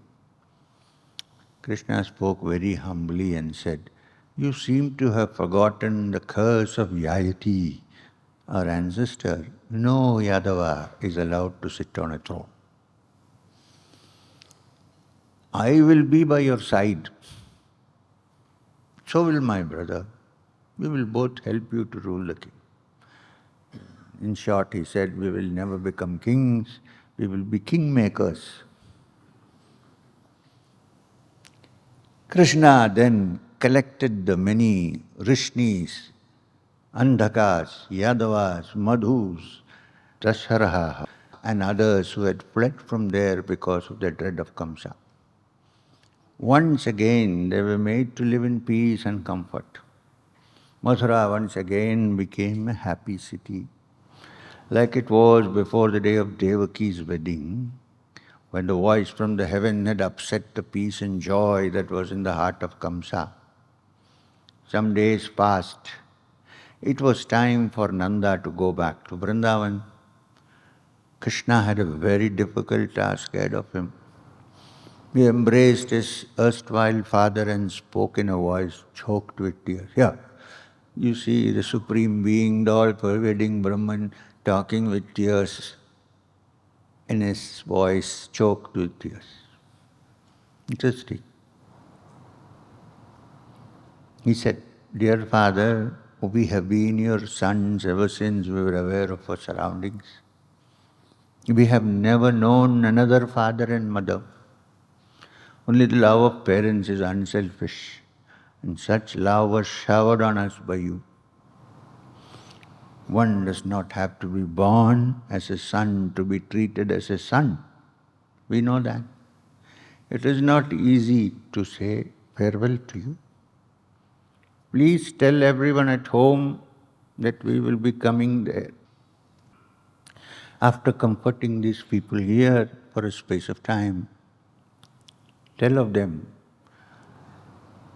Tell our mothers, tell the Gopis who are devoted to me.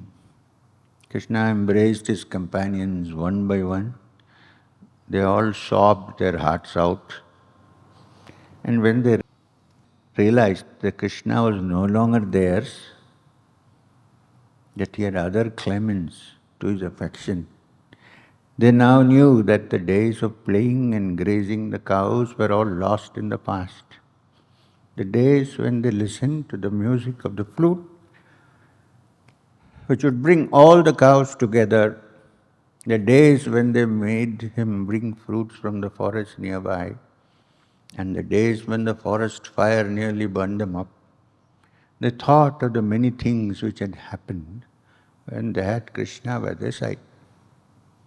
They would now go back. They would graze the cows. Krishna would not be there, and their future seemed to be dark. Krishna had to comfort them and make them laugh, reminding of some old story or some escapade. After a lot of persuasion, finally his companions agreed to go back to Vrindavan, to a place which would be a desert for them. The caravan left for Vrindavan, and Krishna and Rama stood there watching the slow meandering of the line of carts until dust swallowed up everything, and with a sigh of sadness they walked back to the palace.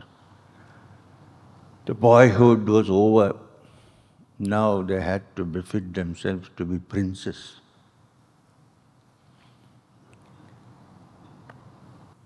Vasudeva, when his sons were born, had given away mentally thousands of cows and gold and silk to the Brahmins. Mentally. He now fulfilled the promise. He then approached their family priest, Garga, and asked him to initiate the two boys in the sacred mantra Gayatri. So what is the age? 8. When do you initiate into the Gayatri? It was indeed strange for the divine rishis to watch Narayana, the Lord of Lords, and Adishesha, the father of all knowledge, sitting at the feet of Guru Garga and learning the mantra by name Gayatri with all humility. They're playing their parts to perfection, said the rishis, and bless them and their avatars. They have to be taught the Gayatri. They are the same who the Gayatri worships. Tat savittarorenyam bhargo devasya dhimahi. These two. So, Krishna and Rama had now to go through their education. Till now they were brought up as cowherds, but now they were recognized as Kshatriyas. They had to go and live in the Gurukula, as was the custom. There was a learned man by name Sandipani. Born in Varanasi, he was living in Avani, and to him went the youngsters for being taught the Vedas, and the Supreme Being is learning the Vedas and the Shastras. They were perfect students, ever eager to please their Guru. They spent all the time in serving him and listening. Words of teaching with great earnestness. Pleased with them and their devotion, the Guru taught them the Vedas and the Vedangas and the Upanishads. Krishna, who was the essence of all Upanishads, sat at the feet of his master and learnt all the Mahavakyas. They were also taught the art of fighting, handling of the bow and arrow, and the essential requisites of a Kshatriya. Along with this, they learned Dharma Shastra, Mimamsa, Tarka, and the nuances of the rules of governing a kingdom, statecraft. Their guru found them to be highly intelligent, and they learnt everything very easily in a very short time. 64 arts were mastered by them in a matter of 64 days. Their stay at the Gurukula had come to an end. As was the custom, the brothers asked their guru what they could do to please him, to give some dakshina, right? How best they could pay their guru dakshina. Sandipani first said, it is all unnecessary. But the brothers were insisting that he should name something. Their guru therefore spoke to his wife. He consulted his wife. And together they came to a decision. Their guru came to them and said, Rama, Krishna, since you both insist on doing something which will please us, I am asking you to do a difficult thing. I have, however, been told about the many wonderful deeds you had performed in Vrindavana. So, I have hopes of your being successful in the task I am going to ask you to do. It's a long story. Many years back, my wife and I, with our son, went to Prabhasa. There, when we were bathing in the sea, our son was drowned and we could not even find his body. If you can bring him to us and bring him alive, this is the greatest Guru Dakshina that you can do for me. He was hesitating and wondering to see what will be the response. Response was passed. Tathastu. So be it. After taking leave of the whole couple, they climbed into their chariot and reached the place named Prabhasa. They sat on the shores of the sea for a while. Seeing them, the lords of the oceans came and paid respects. Krishna said, we accept your worship. But then, if you really want to please us, return to us the young boy whom your waves swallowed years back. The boy was the son of a guru, the great Sandipani. We had promised to him that we would restore the son to the old couple. Please let us have the boy.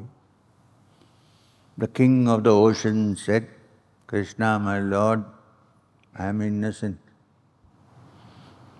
It was not I who took him. There dwells under the sea an asura by name Panchajana. He always assumes the form of a conch. So it was he who stole the young son of your guru. Krishna promptly went into the ocean. He found Panchajana. He killed him and opened up his stomach and took the young boy out. It was still inside. Krishna found a conch which was formed out of the body of the dead asura. He took it for himself. And from there he went to the city by name Samyamani, the favorite place of Vyoma, the god of death. Krishna and Balarama entered the city together, and standing at the portals of the city, Krishna blew loudly on his conch,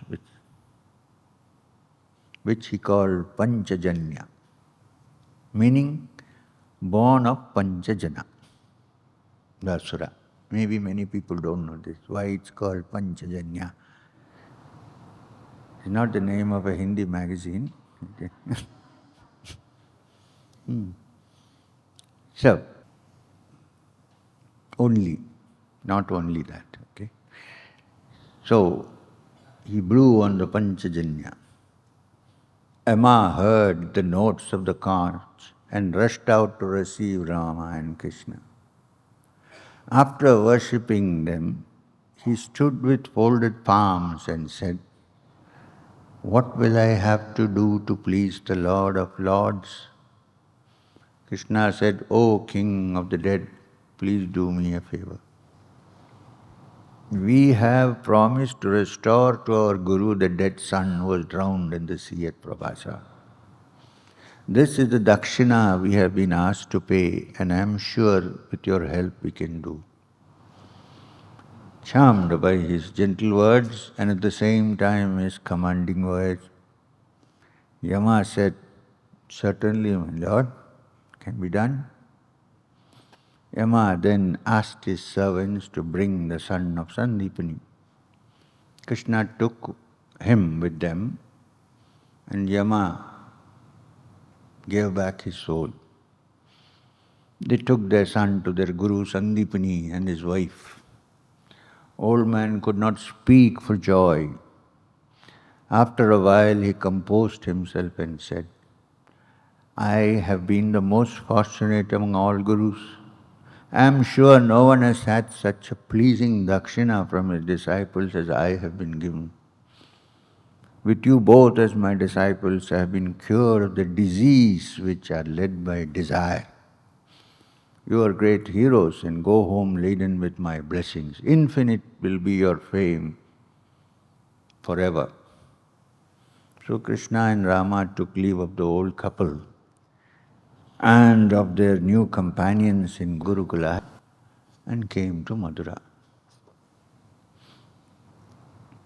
Now, among the Vrishnis, Andhakas and Bhojas, there was one person who was very dear to Krishna among them. His name was Uddhava. And he had been a disciple of Brihaspati, the guru of the Devas. He was a man of high intellect. After great deliberation, Krishna decided that he would be the best person to go to Vrindavan and carry his message of love to those who were living there. So he took Uddhava's hand in his, "Sit here," and said, "My dear Uddhava, I want you to go to Brindavan and see my parents, Nanda and Yashoda. They will be very unhappy because I have left them and come away. Then, the Gopis there are all lost in me. If you carry to them my message of love, they will be greatly comforted. Of all the friends I have, I think you are the most fitted to do that. I assure you it will not be easy, but I owe it to them. Since I am not able to go there, please carry this message for me."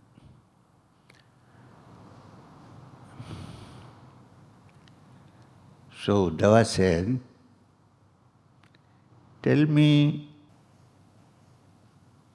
more about the Gopis, so I will know more about the type of people I meet," said Uddhava. Krishna smiled, and with a reminiscent look in his eyes, he said, "Their minds are ever bent on me. I am their very life, and for my sake they have forsaken home, husband, child, and riches. I have taken it upon myself to grant them all they have been pining for. They love me, and I have come very far away from them. They are very unhappy. They have told me that they belong to me, and when I came away, I told them that I would come back to them. hoping that I will one day go to them, managing to hold on to their lives. Otherwise they would have let the soul off. They will be happy if you give them the message that their Krishna has not forgotten them, and he will go and see them as soon as he is free. Uddhava, they need this reassurance from me, or else they will pine away and die. Uddhava was willing to do so, do what Krishna asked him. He was also keen on visiting Brindavan because he has heard so much about it. The place which was supposed to be heaven on earth. Early next morning, Uddhava left Mathura in a chariot drawn by fast horses, and when the sun had almost touched the rim of the western sky, he reached Vrindavan. He was thrilled to see the famed Vrindavan, the place which had become hallowed because of the years Krishna spent there. Everywhere he saw cows and calves, handsome bulls and bellowing of these filled the air. The streets were peopled mostly by Gopis, who were singing while they did their tasks. When you listen intently, you was wondering what are they singing and doing their work? Listen intently. Uddhava found that all the songs were about Krishna. They were all narrations of the many pranks which he had played there. The Gopis thought of no one else, and Uddhava understood what Krishna had meant when he said that Gopis, Krishna is their very life, their everything. Nanda saw him coming and welcomed him with great affection. After offering milk and honey and other sweet eatables, Nanda made Uddhava sit on a soft mattress and said, "How is my dear friend Vasudeva?" After he was freed from the bondage imposed on him by Kamsa. It was indeed the great good fortune which befell the Yadavas when Kamsa was killed. Does Krishna remember us? Does he think of his father and mother who he had left behind in Brindavan?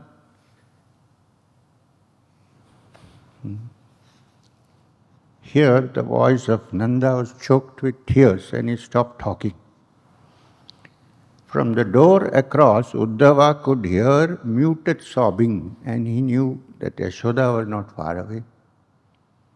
Composing himself, Nanda said, his friends, the Gopalas, are lost without him.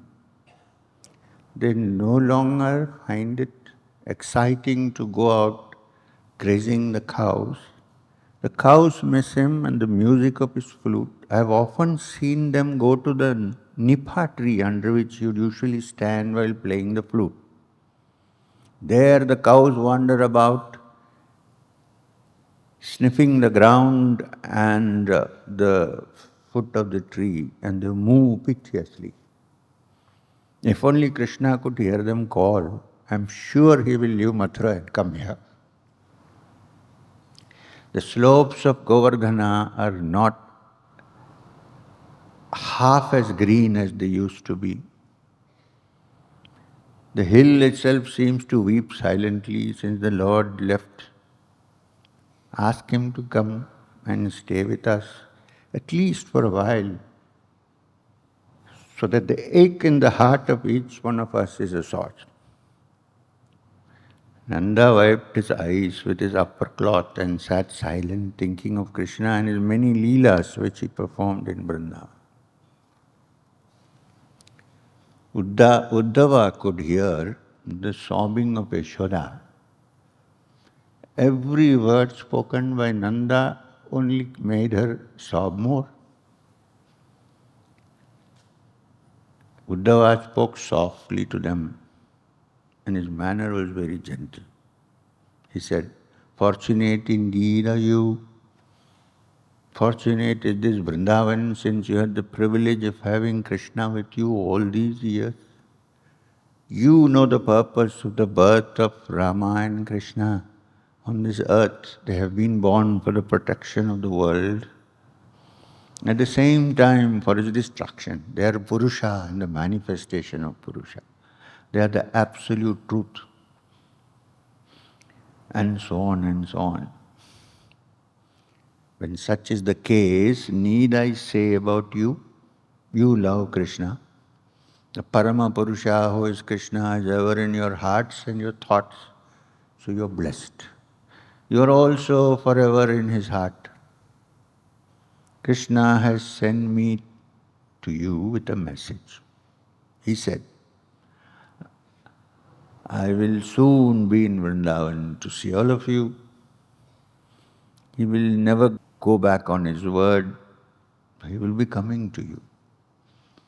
Mother Yashoda, please do not look so sad. He is ever in your minds like the fire which is ever present in the wood of the Ashwatha tree. Unless two pieces of wood are taken and churned, the fire cannot manifest. Even so, this suffering makes you sure that you will see Krishna soon. This suffering has made the bhakti you have for Krishna, and he will never disappoint his bhaktas. You had the good fortune which was denied to Devaki and Vasudeva, since you were the ones who brought him up. Krishna is better known as Nanda Kumara than as Vasudeva Putra. Please be resigned to the fact that one stage of his life is past, his childhood. The entire time was given to you and to Brindavan and to the innocent Gopis and Gopalas. He now has so many things to do to fulfill the purpose of his avatara. You should help him in performing it by being patient. And so on. Then he said, Krishna does not belong to you alone. He belongs to all. It's a big speech, I'm cutting it. This is the essence. He is son to everyone. He is the father, mother and every type of kinsman to everyone, since he is the Atma Rama, the soul pervading every living being. He pervades the entire universe. Things seen by the eyes, what is heard by the ears, what has happened in the past, what is happening now, what is going to happen later. Moving and non-moving objects, big and small things, all of these are but manifestations of him. He doesn't belong only to you. Shed this sorrow, both of you, and consider yourself to be the chosen ones. So they talked on. The night passed into day. Early in the morning, most difficult job for Uddhava. Now he has to talk to the Gopis. What will he say? Early in the morning, one of the Gopis saw the chariot at the door of Nanda's house. She was greatly excited and she ran to the others, and there is a chariot near Nanda's house, and it is very much like the one in which Krishna and Rama went away on the terrible day. Perhaps Akrura has come again. But why? What could have brought him here now? So speculated the Gopis and stood watching the front of the house. And they saw Uddhava. He was a very handsome man anyway, with long arms reaching to his knees and with his lotus eyes and golden complexion, earrings which were tossing in the breeze and silk clothes, and walked like a lion. And he walked towards them. They rushed towards him and found to their disappointment that it was not Krishna. They thought, oh God, good luck. But they found that it is not Krishna. Composing themselves, they gave way to their curiosity and said, who can this be who looks like our Krishna? He dresses like him. His eyes are somewhat like the eyes of Krishna, somewhat. Where has he come from? They came near him. Uddhava approached them. He told them that he had come from Krishna and that he had a message for them from Krishna. At once they began to talk without letting him proceed. They said, "We can guess everything. You are a companion to Krishna. He has sent you here to give his love to his father and mother, or else. Why should Krishna think of Brindavan at all? What is there for him in Vrindavan except his parents?" Good attack. Huh? The only lasting love a man has is that for his father and mother. All his other loves are impermanent. His love for another woman is like the love a bee has for the flower, whose honey he sucks. That's all. It's all a pretense of love which he uses to serve his own ends. We know this fellow.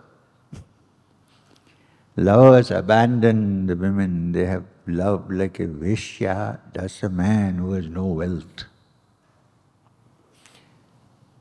Like subjects who abandon the king who is impure. Like students give up their teachers after they have learned everything from them. Like Ritviks who abandon the Yajamana who does not give them dakshina. Like birds desert a tree which is stripped of its fruit. Like guests take leave of the house where they have had their food. Like a deer that runs away from the forest which is burnt in fire. Gopikas have beautiful expressions. Krishna has sent a message to his father and to his mother to tell them that he is happy in the big palace of the kings. Yes? Right. They began their talk addressing Uddhava, but after a while they forgot his presence. They were lost in the memories of Krishna and the 15 odd years he had spent with them. One of the gopis was so full of Krishna and his love for him that she began to talk to a bee which was there.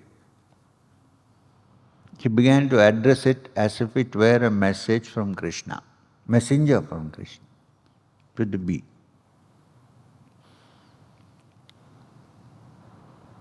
She said, "You are a worthy person to be the messenger of the faithless fellow Krishna. You are also skilled in drinking honey from the flowers and then abandoning them.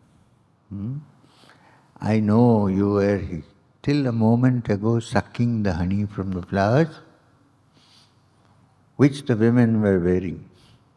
The women who are now dear to Krishna, the women of the city, not here. Do not dare to touch my feet and pacify me with your hypocrisy. You have come from the man who can well be happy there. You have come from there. He does not need us and our love any more. You are as dark and as fickle as your master. He did the same thing to us. He took the honey from us, and after leading us to heaven for a moment, he dropped us ruthlessly and went away. Such an ungrateful person.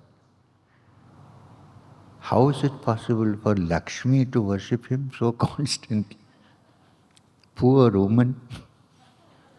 She must have been misled, like us, with the stories about him. That he is a man of excellent character, that he is godlike and has qualities. You stupid bee, do not come near us with your 6 legs seeking our pardon. We have no faith in that man who is happy with the other women there in Mathura. Women in the heavens, in another world, in the cities and other places. He has no use for us anymore. Tell him from us that the name Uttamasloka does not befit him anymore. It applies only to one who is compassionate towards his poor devotees. But he has forgotten us and our love. Do not try to pacify us with your clever words. composed by him. We have given up everything, our homes, our husbands, our children, and we love only him. And he has thought it fit to abandon us. What is there to talk about? It's all over. You may ask me why I still sing songs which speak only of him and his deeds. Because we are not able to forget them. We know that it is a pastime which robs man of many things. Singing his praises makes man lose all the many feelings like raga, dvesha, all the opposites get erased. People abandon their homes and everything belonging to them and become sannyasins and beg in the streets. Sarva Sangha Parityaga is the name given to this lunacy. We know it. And yet, we are not able to abandon this madness. They turned to Uddhava and spoke to him, let us talk about something else. Not about Krishna and the happy days we spent with him. He has a woman always in his chest, he doesn't need us now. Then they said, next minute, how is he? Is he living in Mathura? Has he come back from his Gurukula? Does he at any time think of Brindavan, about the home of Nanda, about his playmates, the Gopalas? Does he ever talk about us, who have ever been his slaves? We wonder if we will ever see him again. Another Gopi said, how is your Krishna? Have you been sent by him? We honor you. Will you take pity on us and our sad condition and take us to Krishna? But then, he is now in the city, and the women of the city would have won him over with their civilized ways and wiles. What use has he now for Gramya women like us, who know not the art of pleasing him? Tell us truly if he thinks of us. Really? Uddhava saw the weeping women and the love they had for Krishna and he was overcome with amazement. He spoke to them words of comfort. He said, indeed, I am amazed at the devotion you have. People who have performed actions for several births and tapasya for 1,000 years are the ones who are privileged to have bhakti like you. But you have the same, and it comes effortlessly to you.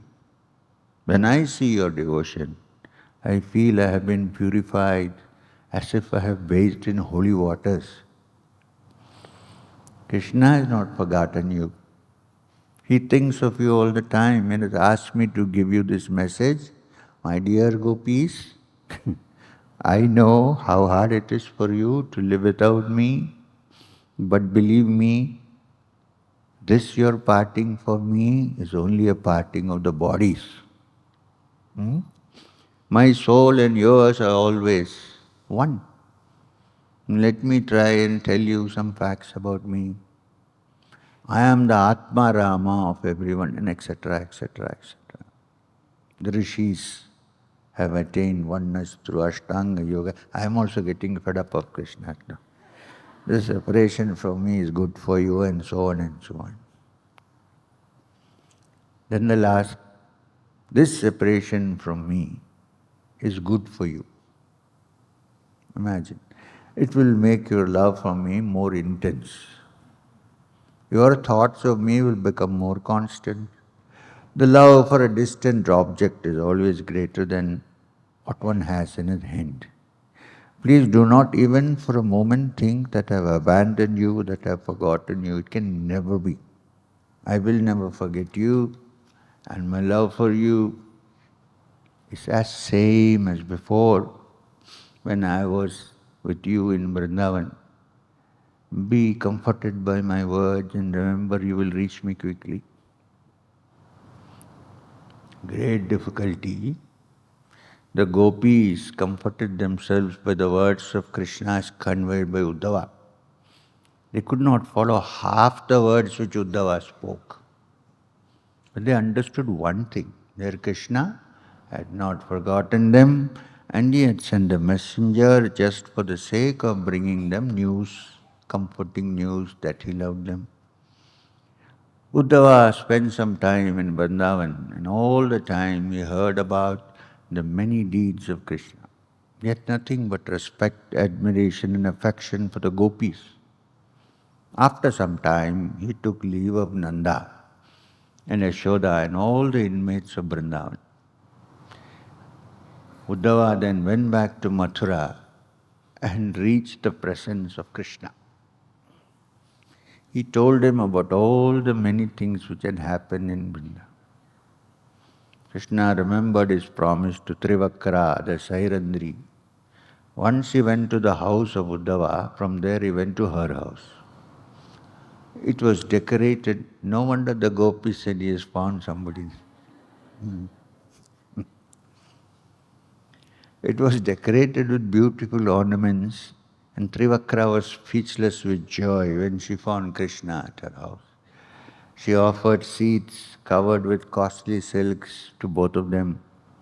Uddhava, however, touched the seat with his hands and sat on the ground. So they sat for a while. Krishna looked at her, who was feeling shy even to look at him. He knew how much she wanted him, and according to his promise, he took her by hand and led her into the inner chambers. Imagine the Gopis.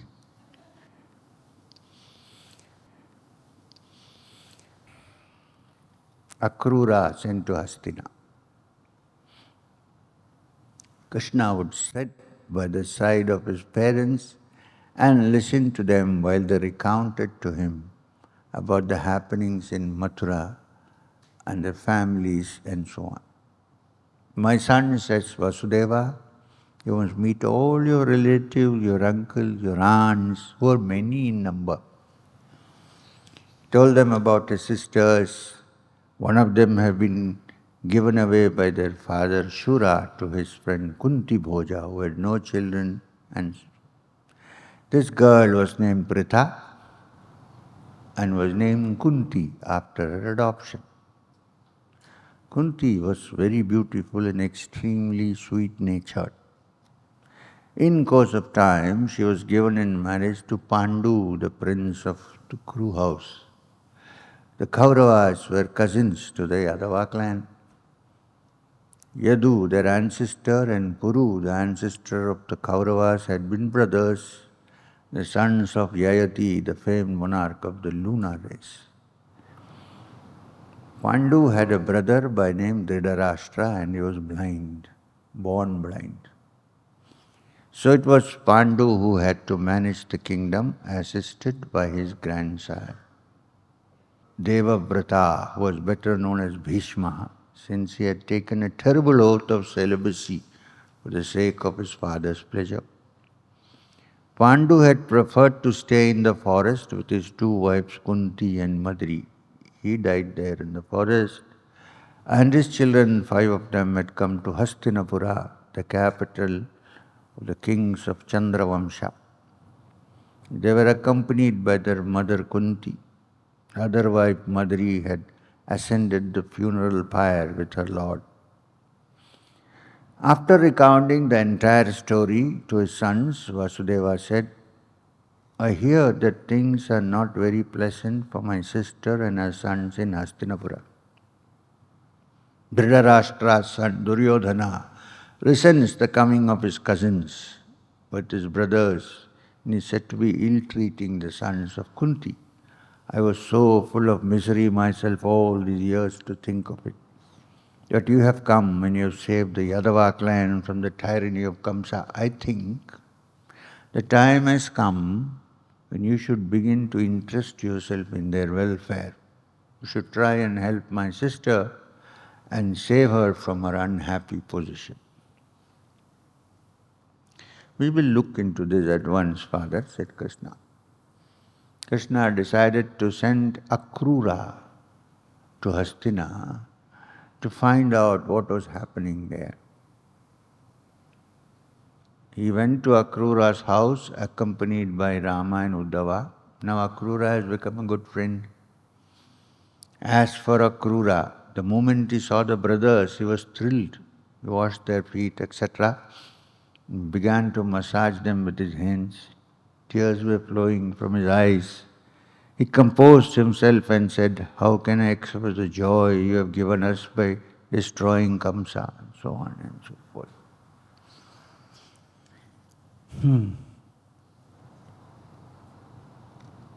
Krishna smiled softly and said, "You are my elder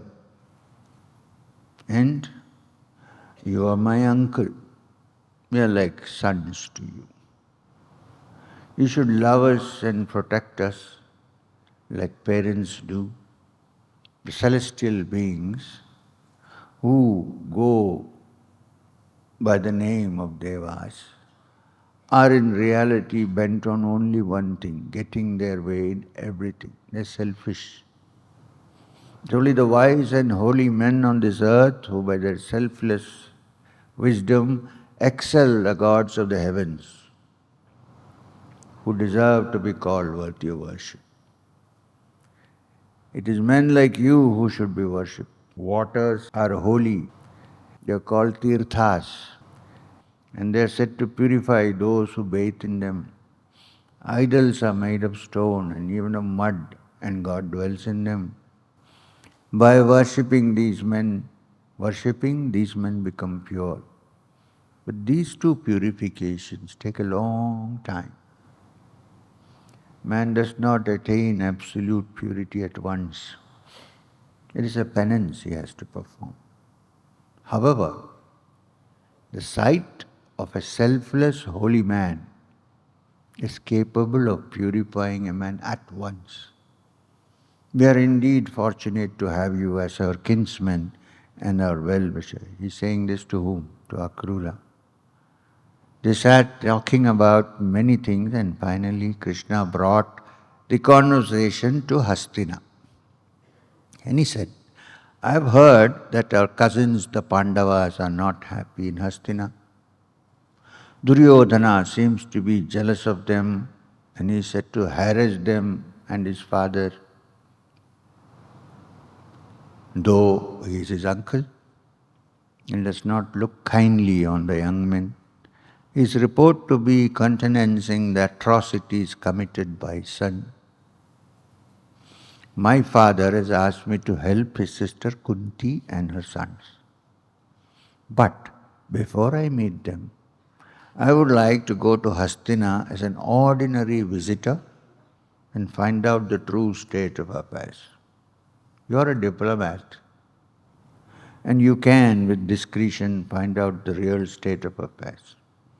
After you come back, we will, if necessary, interfere and do something to ensure the well-being. But now, I would like you to go there and find out the law of the land." He appointed him as the head of the RAW. "So be it," said Akrura. Akrura reached Hastina, the famed capital of the kings of the Paurava race. Wherever his eyes turned, he could see signs of the achievements of each of the many kings who had ruled there. He spent time admiring the beauty of the city and finally arrived at the palace gates. He was met with great honor and respect by Bhishma, the veteran, and the old blind king Dhritarashtra, the son of Ambika. Vidura was there, brother of the king and his mentor. Kunti, Somadatta, with his son, Drona and Kripa, the preceptors of the princesses, Duryodhana, his friend Radhya, and Ashwathama, the son of Drona, and the Pandavas. Akrura met all of them and they were all very cordial, spoke happily about the release of Mathura from the tyranny of Kamsa. Kunti was solicitous about the welfare of her brother and his wife Devaki. Akrura told them all that they wanted to know. Bhishma and others pressed him to stay on with them for a while. He agreed. His purpose was to stay on and gather information. Akrura saw for himself the prowess of the Pandavas, their goodness and their magnetism they had. Everyone who met them could not but like them. Akrura, who saw their dexterity with all, how they handled their weapons, he saw their bravery. More than that, he saw their humility. At the same time, he saw too the eyes of Duryodhana and the jealousy that was mirrored in them. He saw this many small ways in which the Pandavas were being ill-treated by their cousins. Akrura saw how the old king allowed this all the while because he was himself jealous of his own brother once and now of his brother's sons. Kunti and Vidura had long sessions with him. They told him about the attempts of Duryodhana to kill Bhima. So the information gathering has started. Kunti's tears flowed without restraint. And this is funny. Krishna, sitting in Mathura, if he sat for 2 minutes like this, he could have seen all that is happening. But he has to send Akrura to find out. Strange, isn't it? Kunti and Vidura had long sessions with him as they told him about the attempts of Duryodhana to kill Bhima. Kunti's tears flowed without restraint. Till now she had only Vidura as her confidant. Seeing Akrura and knowing that he had been sent by Vasudeva, her grief was finding some solace. She could speak to him without fear. She said, "Oh, my dear brother, how is everyone in Mathura? Do they have any time to think of me or do they remember me at all? Unfortunate woman that I am, I have not had the privilege of being with them during the days of pain and I am not able to share the joy with them now. Do the sons of Vasudeva know about me at all? Do they know that they have an aunt who has ever been the victim of fate? Who has not tasted happiness ever since she was a young girl? Here, I am caught like a deer in the midst of wolves. My children and I have no hope of being left alive. Does Krishna, who rescued my brother from Kamsa, have any idea of saving me too with my sons? Tell him that I am thinking of him day and night. I am waiting for a sign from him that he will take care of us and our welfare. We are in his hands." Akrura and Vidura comforted her. Then Akrura told her the purpose of the birth of Krishna, that he was on the earth only to punish wrongdoers like Duryodhana. And she should possess her soul in patience. When he had gathered all the information that he wanted, Akrura expressed his desire to go back to Mathura. Bhishma and the elders said, no, stay a little more. He said he had already spent few happy months with them in Hastina and he had to go back since Ugrasena and Vasudeva would need him. Reluctantly, Bhishma agreed to let him go. Before leaving, he thought that a piece of advice should be given to Dhritarashtra. You know that Dhritarashtra was a blind king. Perhaps if he took it in the spirit in which it was offered, lot of unpleasantness might be avoided and the eyes of the old king might open at least inside his mind and make him more righteous in his attitude toward the orphans. When he was with Bhishma and Vidura, Akrura wanted to talk to Dhritarashtra. This man was evil by nature, and his love for his son had made him suffer from the dread sin of injustice. He decided to speak a few words of censure and advise and then leave for Mathura.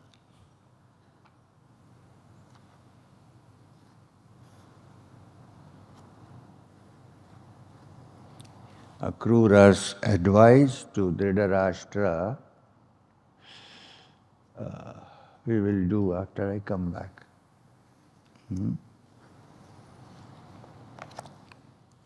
We are moving.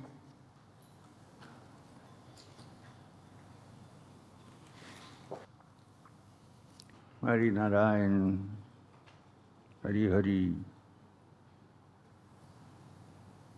Hari Guru Pyo Namaha. Thank you.